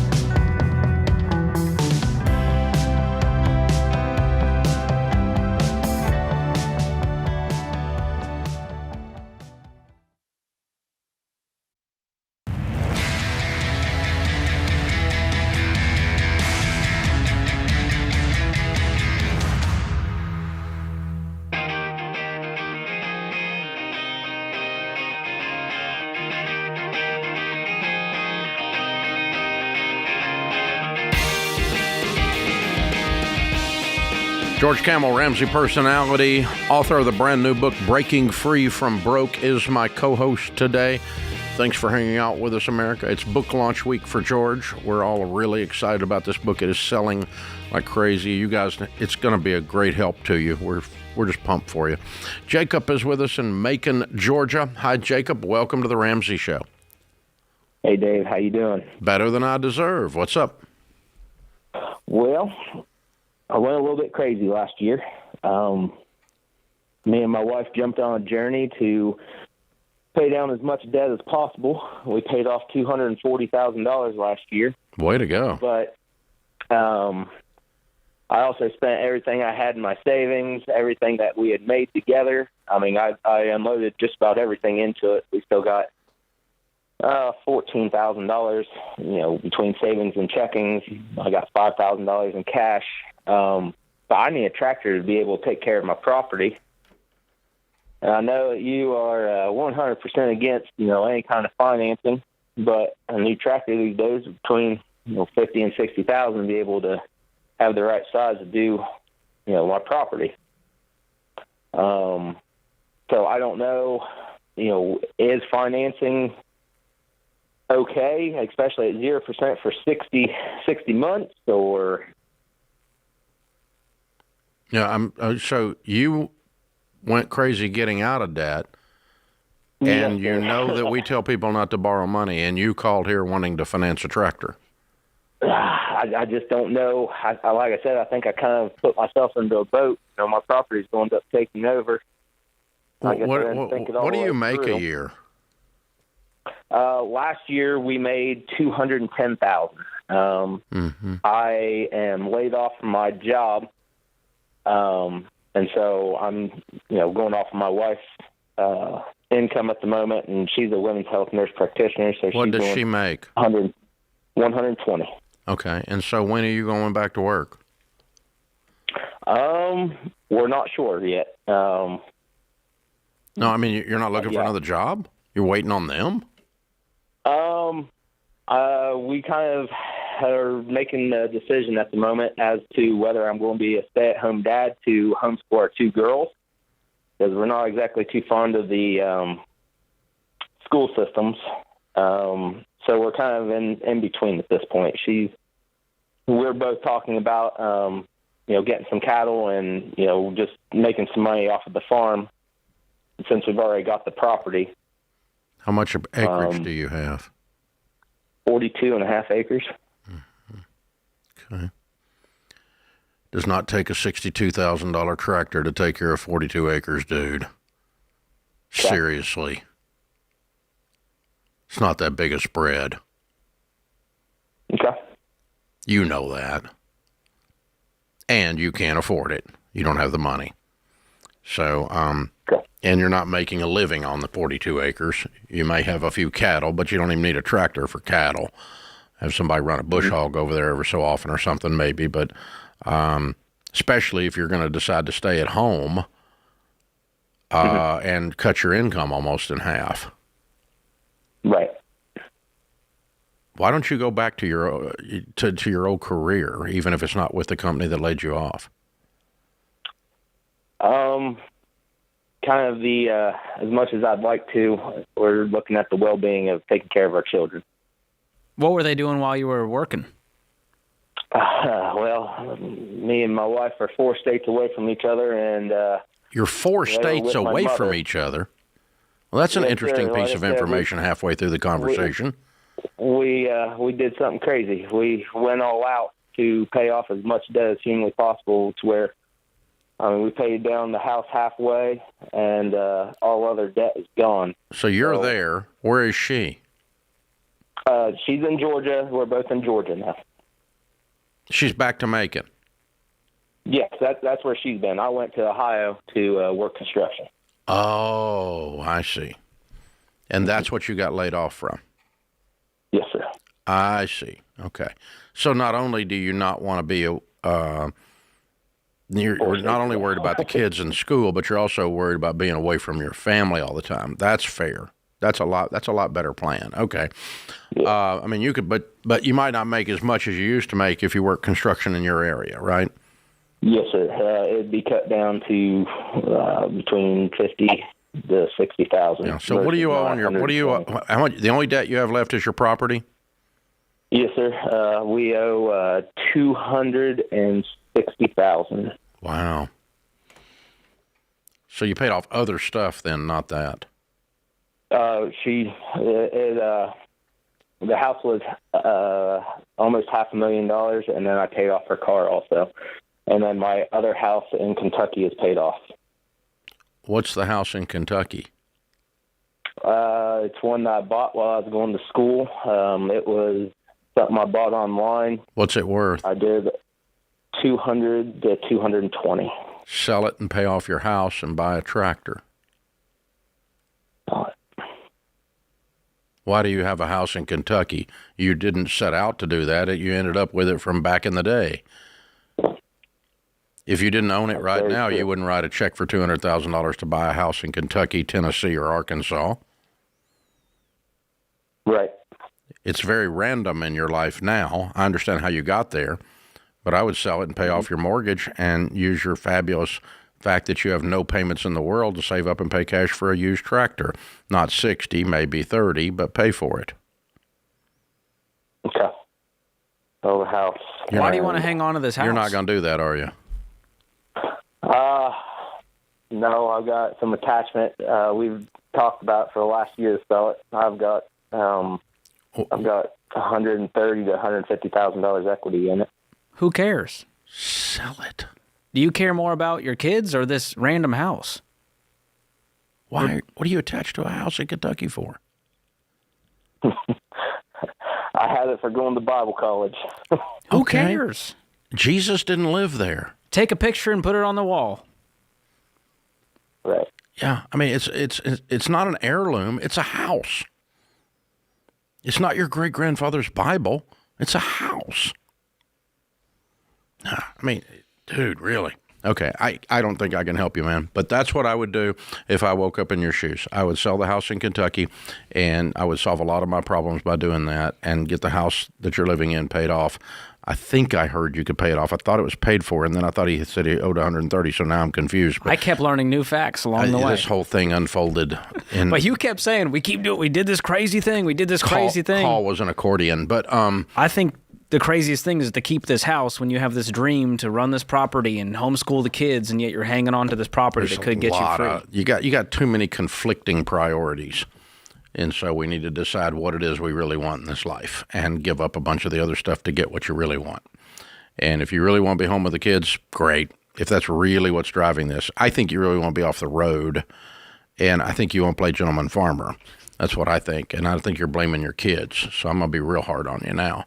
But that's okay. And by the way, 42 acres is a gentleman farmer. That's not somebody making a living. So, anyway, yeah, you do what you want to do, but if I were in your shoes, I would get a job in construction, and I would sell the house in Kentucky, and I would buy a used tractor for cash, and I would pay off my house. That's what I would do. But you're going to do what you're going to do. But thanks for calling. Appreciate you being here. Interesting story, at the very least. A lot going on there. Yeah. Moral of the story, too, is if you move 4 states away temporarily and take a high-end, high-paying construction job, if you're willing to sacrifice being away from your family, which he did for a short period of time there, you can make a ton of money. And that's what he did. And I don't recommend that for a way of life, but I do appreciate Jacob's work ethic. Oh, yeah. Being willing to go do that for a short period of time to accomplish some of the goals. He just got stuff out of line in the process.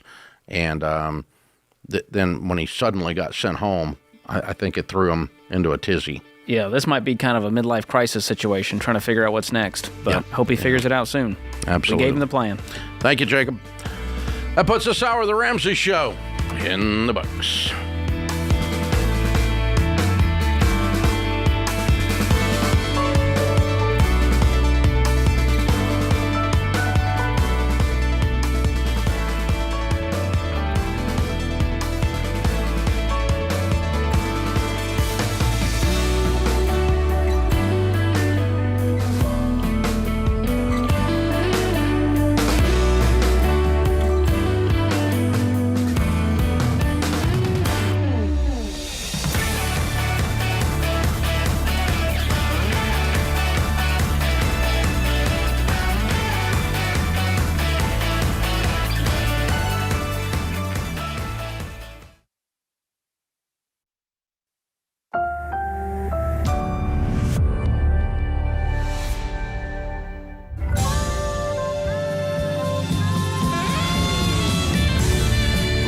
from the headquarters of Ramsey Solutions, it's the Ramsey Show, where we help people build wealth, do work that they love, and create actual amazing relationships. George Camel, Ramsey personality, author of the brand new book, Breaking Free from Broke, is my co-host today.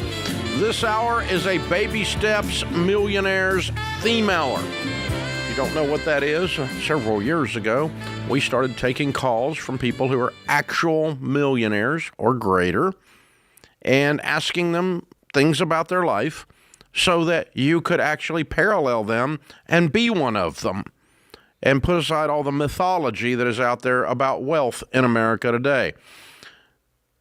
Number one myth that's out there, that the hope stealers out there, the characters, the lefty crazy communists say, is you can't become wealthy in America today because all wealth is inherited.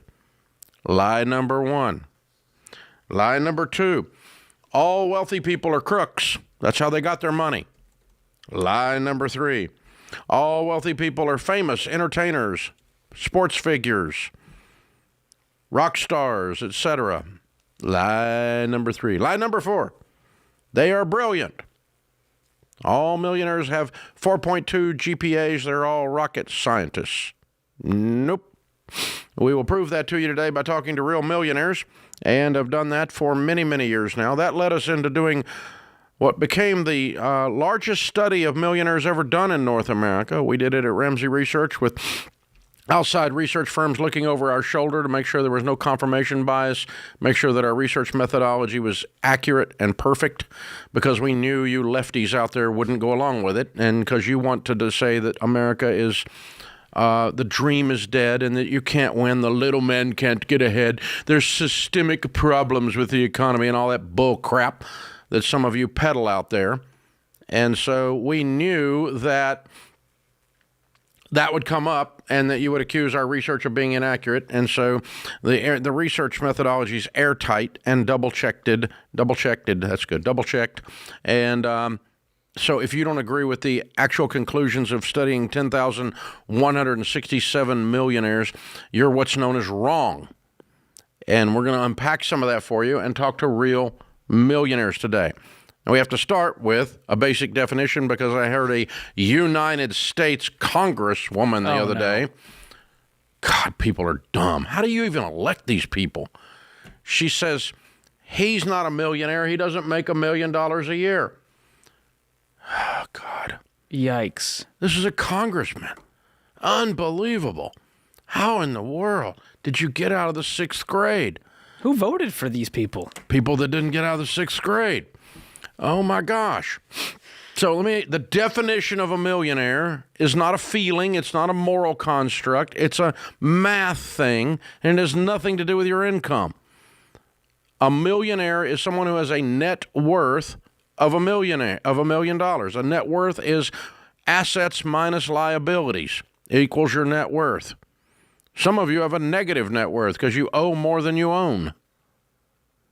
But a millionaire has at least $1 million in the bottom right-hand corner of the spreadsheet when you take what you own minus what you owe, regardless of your income. You can make $1 million a year and not be a millionaire because you spend $2 million a year, like you're in Congress. There you go. So that's the whole thing. So we've got to, that's what a millionaire is. If you are an actual millionaire, we don't care how you got your money, whether you inherited it, maybe you were a crook, maybe you're a famous person, maybe you have a 4.2 GPA. I don't care if you won it in the lottery. If you're a millionaire and your net worth, what you own minus what you owe, is greater than $1 million, we want to talk to you this hour. The phone number is 888-825-5225. Our first millionaire is Erica in Austin, Texas. Erica, what is your net worth? Hi, Dave. My net worth is just north of $1 million. Right at $1 million. Perfect. Give me a little breakdown in that. How does that break out by category? So I would say 80% of that is in real estate. We have 2 rental properties, and about 20% of that would be in cash investments, 401k, Roth, that kind of stuff. Okay, cool. How old are you? I'm 36 and my husband is 38. Ooh, did this young. How much of this $1 million did you inherit? Zero. Zero. Okay. And what has been the range of your working income? You started working in your early 20s. What's the worst year and the best year of your income? Oh, I mean, if we're going all the way back, probably 65, early in my 20s. And the last 5 years, our average together has been anywhere from 280 to 340. Okay. Perfect. All right. And what's your career? What do you do? We are both technical recruiters. Ah, very good. Very good. Great career field right now. What you degrees? You got 4-year degrees? So I have a bachelor's and a master's in HR, and my husband has no degrees. Okay. What was your GPA? I want to say, I don't remember exactly, but it was probably around 3.5. Perfect. Okay. Good. All right. Well, you did this quick. I mean, what do you attribute this to? How do you become a millionaire by the time you're 36? What do you blame it on? A little bit of luck in the real estate market and just kind of buying young and buying modest. And then those real estate properties growing over time. And then every time we moved out, we just rented the house and we had the equity from RSUs from Facebook and from other tech companies to kind of invest in new properties. But we've always lived, very modestly in terms of our mortgages that we were taking out. So. And your overall lifestyle, too. Yeah. Yeah. You piled up some good cash here. This is good because you've not been making $240 for that long. No. Or $280. Yeah, I would say in the last 5 or so years, we've definitely stepped up our income, and we also work part-time jobs in the evening to supplement some things. And I wish I would have known about the baby steps a little bit earlier in my 20s, and we're kind of going back and working the steps as we go. We paid off the truck last year. We're going to pay off my car this year in a few months, and then really hit the investment piece hard and start working the full steps, I would say. Way to go. Well, what would you tell, that person who's in their late 20s, early 30s, who's like, how do I actually become a millionaire and not wait till I'm 60? Because you guys did it. Yeah, I would say max out that Roth and 401k from the minute you enter the workforce.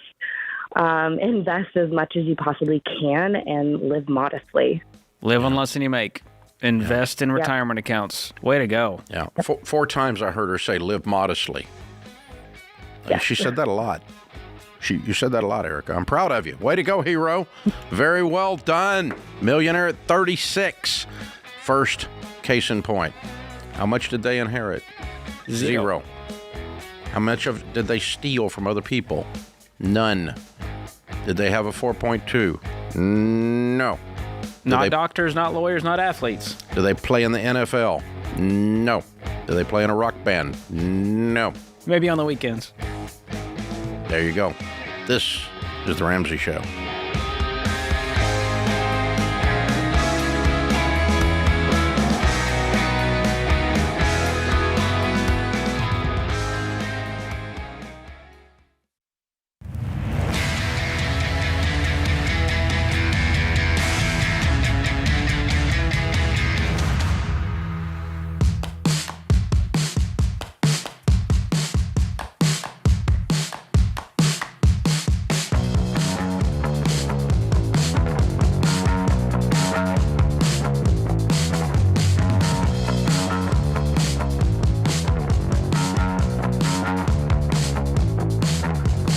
We're taking calls from real millionaires, people who did it, not your broke brother-in-law who votes wrong. This is the phone number, 888-825-5225. We want to learn from you how it is really done if you're a real millionaire or greater. A millionaire, again, George was saying at the break that people were saying you're not a millionaire because you count your house on YouTube comments, which is proof that people's parents are cousins that are in the YouTube comments. Well, they like to form their own definitions, Dave. That's all it is. They're redefining millionaire. Yeah, like people redefine recession if they don't want there to be one. Yeah, so... It's one way to do it. Let me help you with this. House is an asset. It counts in the formula. This is an accounting definition. if you take an accounting class and you learn about balance sheets and net worth. This is not something you get to make up based on your little hurt butt feelings. It's not a moral construct. If you have antique cars that are assets that are worth $400,000, that counts towards your net worth. I don't care if you like antique cars. I don't care if you think they don't run well. None of this comes up in the discussion, moron. The actual thing is a definition. God, that's aggravating, George. Oh, trust me, I know, Dave. And they say, well, he'd have to sell the house, and it's all illiquid assets, so it doesn't count. I'm like, do you not know the definition of an asset? Wow. Here's the other one, Dave, I get on the YouTube comments. Well, he's not a millionaire because it's him and his wife, and so if they divorce, then he would be half a millionaire. And I'm like, I don't know how to. You people, you really don't want to win. You want to just figure out a way to lose. And so everybody, you have to, you know, let's figure out how we can be a loser. I'm going to figure out a definition where I get to be a loser and it's okay. And the faceless YouTube commenter with no profile picture with username 14587, you know, that's what keeps me up at night, Dave, is that troll behind the comment going, how do I just get through to this idiot? I don't think there's a way. I see the difference is you actually read those. Okay. God help you, George. Why do you do that? It gives me fuel, Dave. It doesn't give me fuel. It gives me indigestion. Dave is in Indianapolis. Dave, what is your net worth? Hey, Dave. My wife and I have accumulated $3.2 million. All right. So 1.6 for you. I'm kidding. Okay. All right. And give me a little breakdown in that 3.2. Sure. So in IRAs, traditional and Roth, that is at $2.4 million. Wow. Most of that has come from 401k rollovers from previous jobs. Got some in brokerage account, about 192, 210 in cash, and our house is worth $345, and then we got $53,000 in a 529 fund. Way to go. How old are you? I'm 60. Good. How much of this did you inherit? Well, actually, 2 years ago, I got $200,000. Okay. Were you already a millionaire then? Oh, yeah. Okay, so you did not become a millionaire because of an inheritance, just to be clear. That is clear. Okay. All right. I'm just asking. I'm going to make sure. Okay. Now, so the income range, your best year working income and your worst year?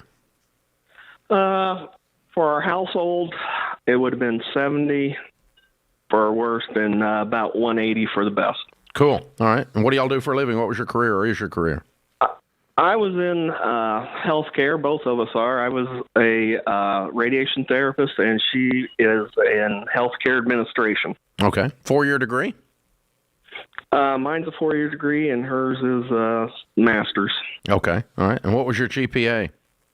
I was a 3.8, and she had a 3.5. Awesome. Very cool. All right. So if you're talking to somebody, and you are, that is 30, half your age, can they still become have a net worth of $3.2 million at age 60? And if they can, what would you tell them to do? Oh my gosh, yeah, they can. First of all, you got to live way below your means. The second thing is stay the heck out of debt. You got to stay out of debt and kind of distinguish between your wants and your needs.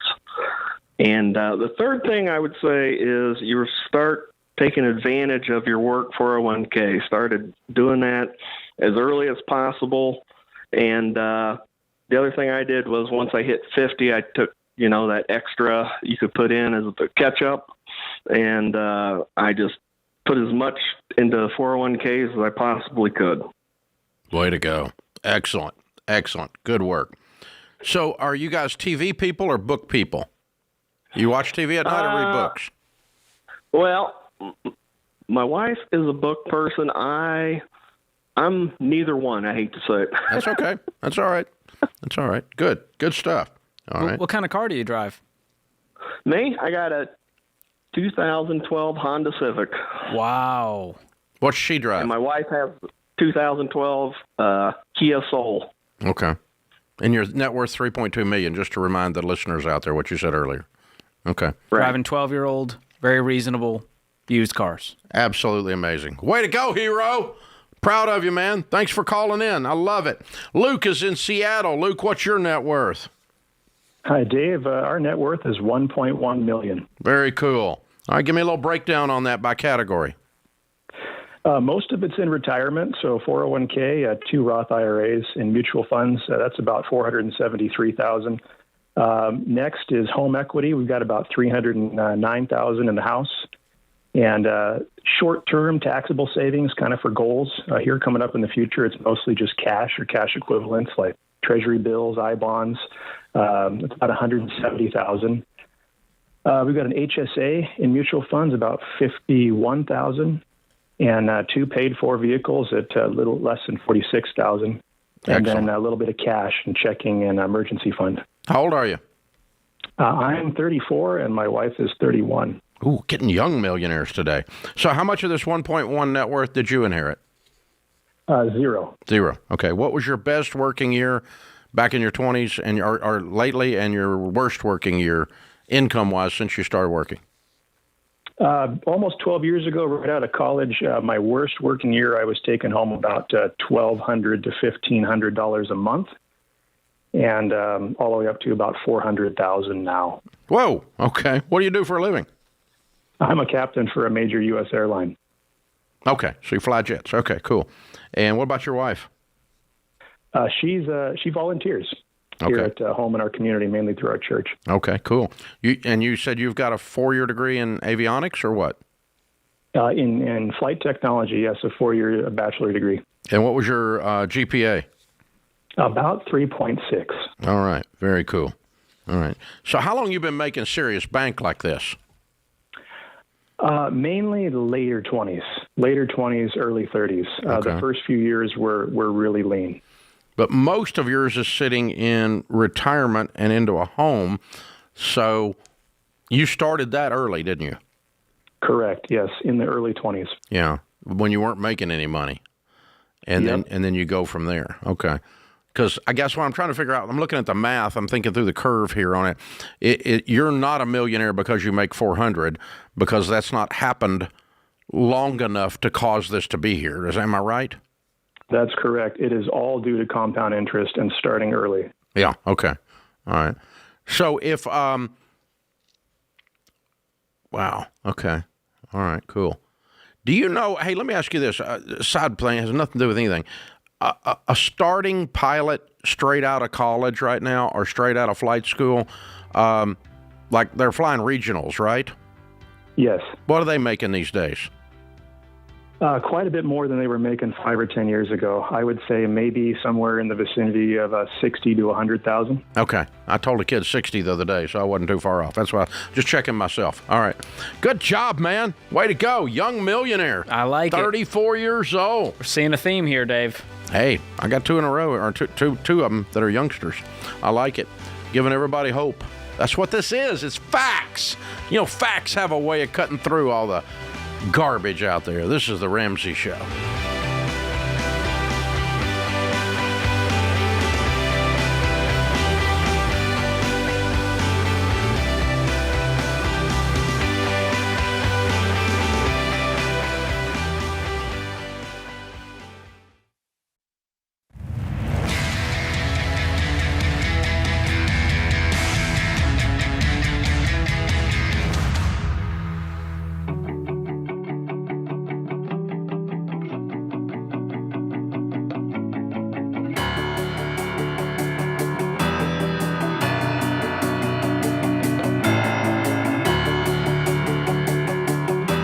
George Camel, Ramsey personality, author of the brand new book, Breaking Free from Broke, is my co-host. This is a Baby Steps Millionaires theme hour where we talk to real millionaires and ask them about their lives so that you can compare and say, gosh, I could do that, and give you hope, because you can do that.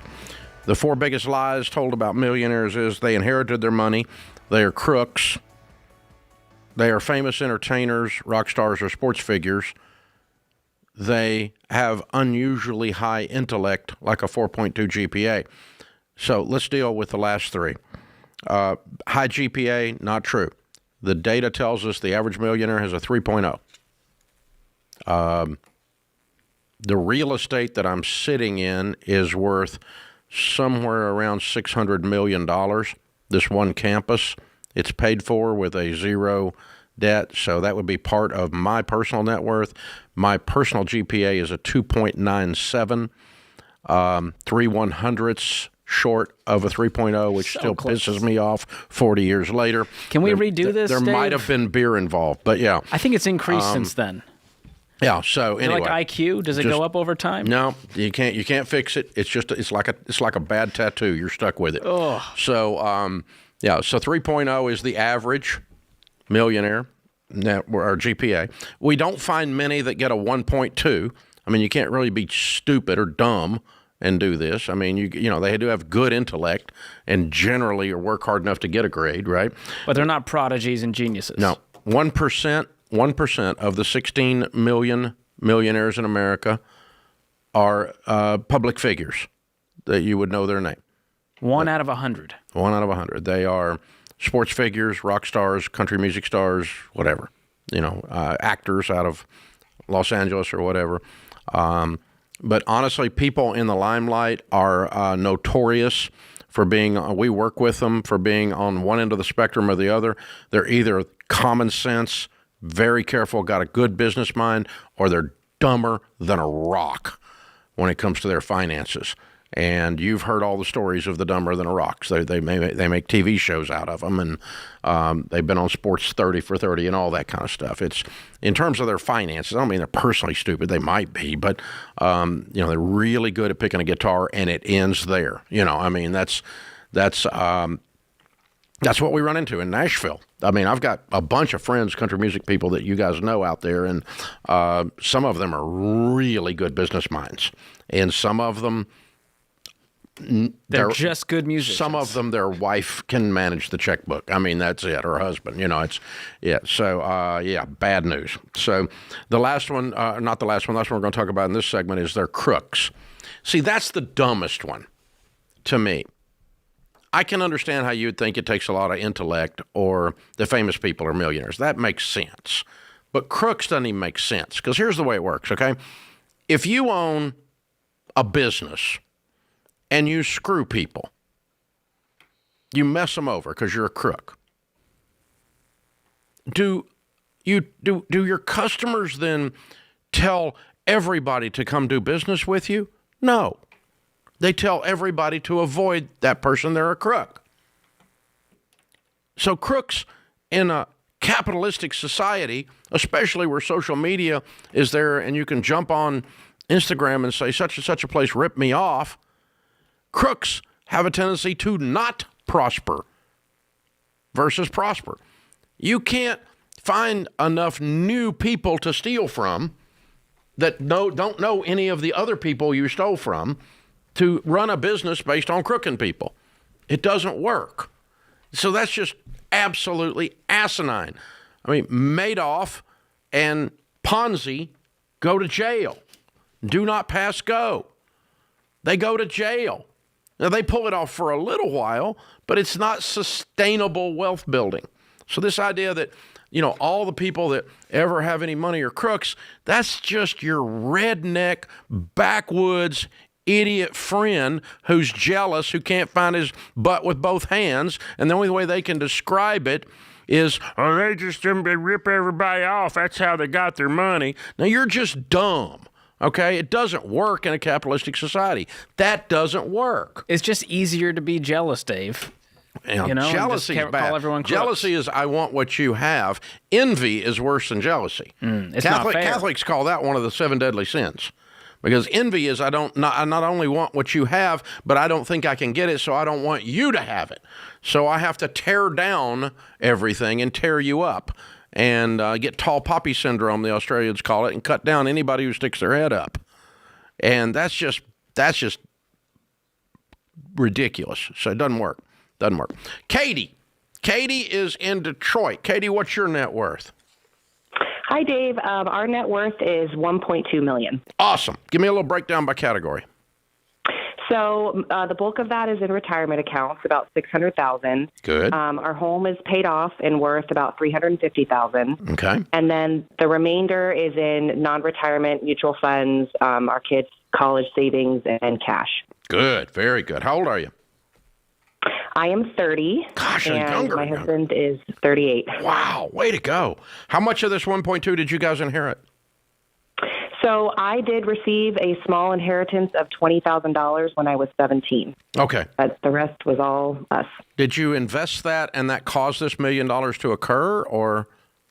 No. So you're not a millionaire because of inheritance, or you are? No, I am not. Okay. I just want to get from the actual person what the deal is. Okay. And your household income, your best year working and your worst year working, and you're 30 years old. Way to go.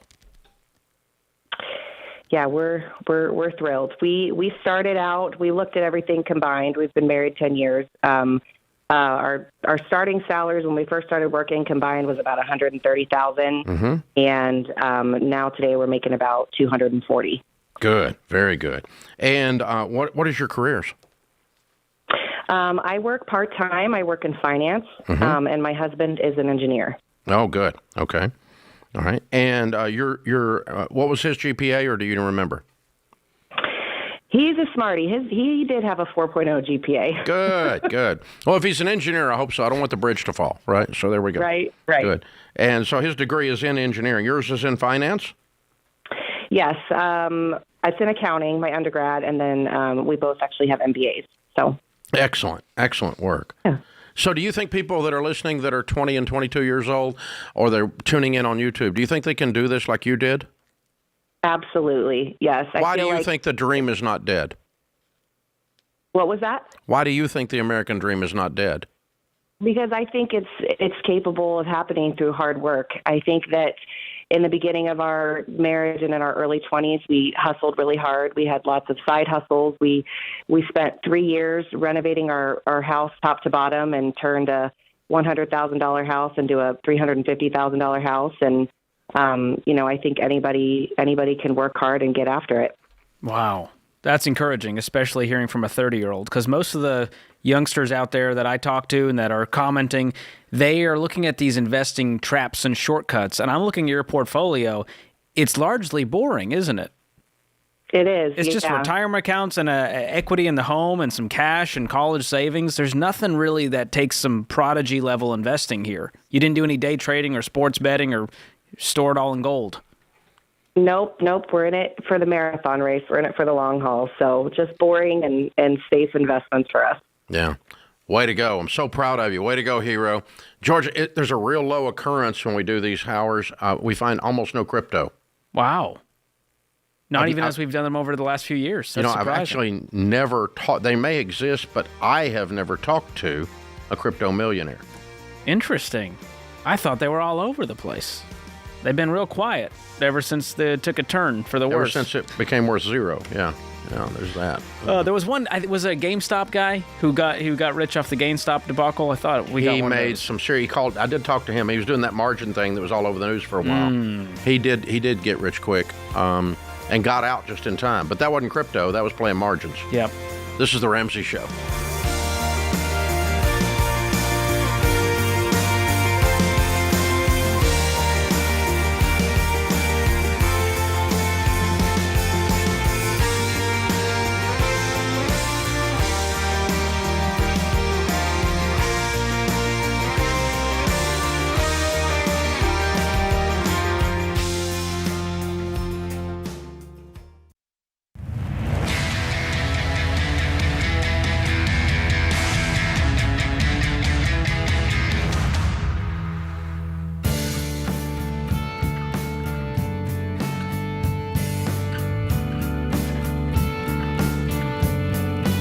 Our scripture of the day, Romans 12:2. Do not be conformed to this world, but be transformed by the renewing of your mind, that you may prove what is that good and acceptable, perfect will of God. Albert Schweitzer said, a good example has twice the value of good advice. This is a Baby Steps Millionaires theme hour. We are taking calls from real millionaires. The last lie that is told is that It's impossible to build wealth in America today because the wealth is already held by the wealthy families, and the only way you become a millionaire is by inheritance. And that is a statistical lie. Here are the facts are disturbing things when you believe wrong things. This is a fact, having done the largest study of millionaires in North America, 10,167 of them. Here's the number. 79% inherited zero. 5% inherited a small amount, like 5 or 10,000. One caller this hour, 20,000, but not enough to mathematically cause them to become a millionaire. If your granny leaves you 5,000, you did have an inheritance, but it doesn't make you a millionaire unless you live to be 200 years old. Okay, so it's not an inheritance. The third thing is another 5% received a substantial inheritance after they were already millionaires. We also had that this hour. The guy with a $3.2 million net worth said he received $200,000 inheritance after he was already a millionaire. So he did not become a millionaire because of inherited money. So let me help you with the numbers. 79% zero, 5% small amount, 5% after they were already millionaires, 79 and 5 is 89. That's 9 out of 10 of America's millionaires are first generation rich. They are not millionaires because of inherited money. Simple. So anyone that says that is either lying or just wrong, or both. It is simply not true. Okay?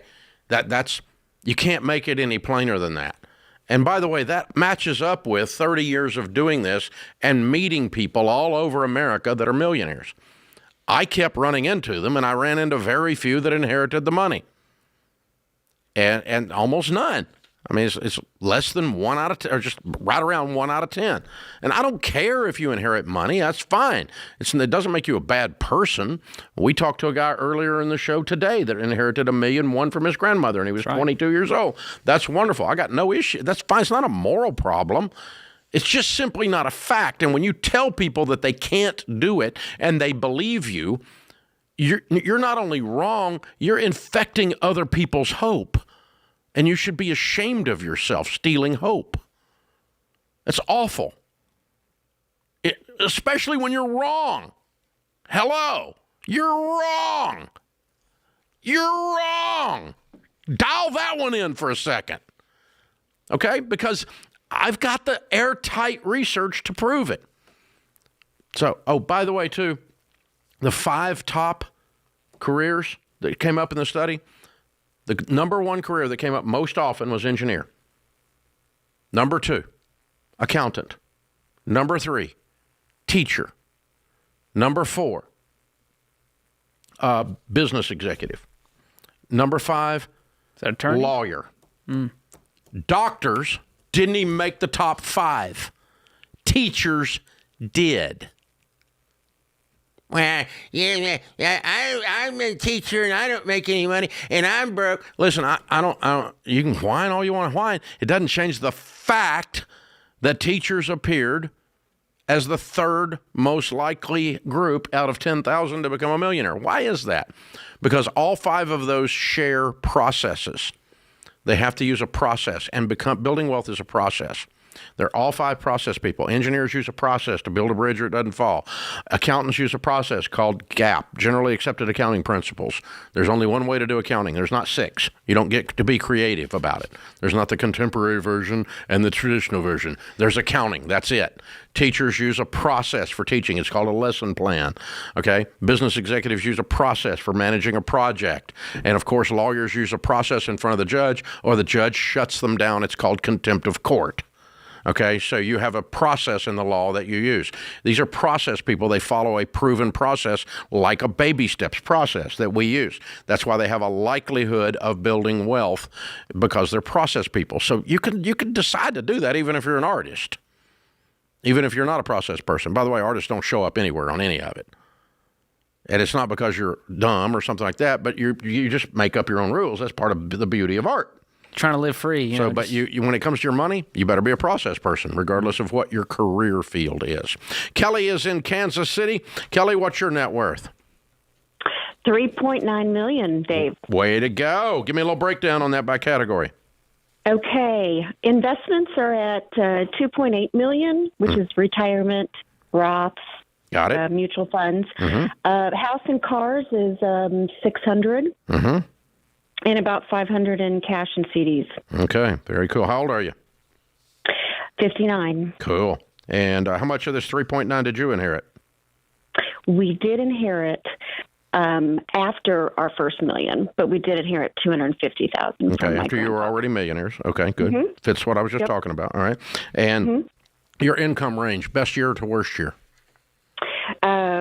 Straight out of college, we both earned $60,000, and our best year so far is about $250,000. Cool. What do y'all do for a living? What's your careers? I'm a special education teacher, and my husband is a manufacturer sales rep. Okay.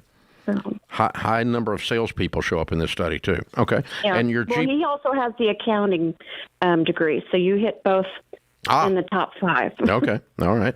Teacher and accountant. Yeah, both of you. Okay. GPA? His was a 3.4. Mine was 3.9. All right. Good. He married up. Good for him. Did. You think this can still be done? Can somebody still be at 59 years old and have a $4 million net worth? Absolutely. What should they do? Several things we did. They have to be on the same page together, husband and wife. We've been together for 37 years. My husband wanted this to be a goal, so he asked me to read your book. And about 15 years ago, we read The Total Money Makeover. Wow. And then we were all on the same page together. Staying with your budget. Saving early and often. Started saving the first year I started teaching. Very good. I like that a lot. What advice would you give to the 25-year-old version of you? Start early and more often. What's the biggest mistake you all ever made with money? I think it was a real estate agreement my husband went into. That was probably our biggest. Like an investment deal went bad? Yeah. Yeah. How much did you lose? I think it was about $100K. Okay. All right, cool. Yeah, that's a bad one. Yeah. Left a mark. Yeah. Okay. Wow. And yet here you sit at 60 years old, and you read The Total Money Makeover at 45, and or 44, and with a $5 million net or $4 million net worth, and so wow, way to go, hero! How's it feel? Thank you. Oh, it's amazing. The first thing that you do when you pay off that house when you're in your 40s, and it's like a weight went off your back, and you're very comfortable. Yeah, and then it's easy to build after that, isn't it? It's so easy after that. Yeah. Your most powerful wealth building tool is your income. We've said it for 30 years here, and she's just telling you again, folks. Way to go, Kelly. So proud of you. George, they're everywhere. From 30 to 60, $1 million to $4 million, and it's all real boring, but also very encouraging. Yeah. Nothing flashy. There's no fancy in there. Makes me feel like even someone as dumb as me could do it, Dave, and I did it. So I'm living you proof. already did. Yeah, you are. Very similar stories. Way to go. I love it. That puts this hour of the Ramsey Show in the books. We'll be back with you before you know it. In the meantime, remember, there's ultimately only one way to financial peace, and that's to walk daily with the Prince of Peace, Christ Jesus.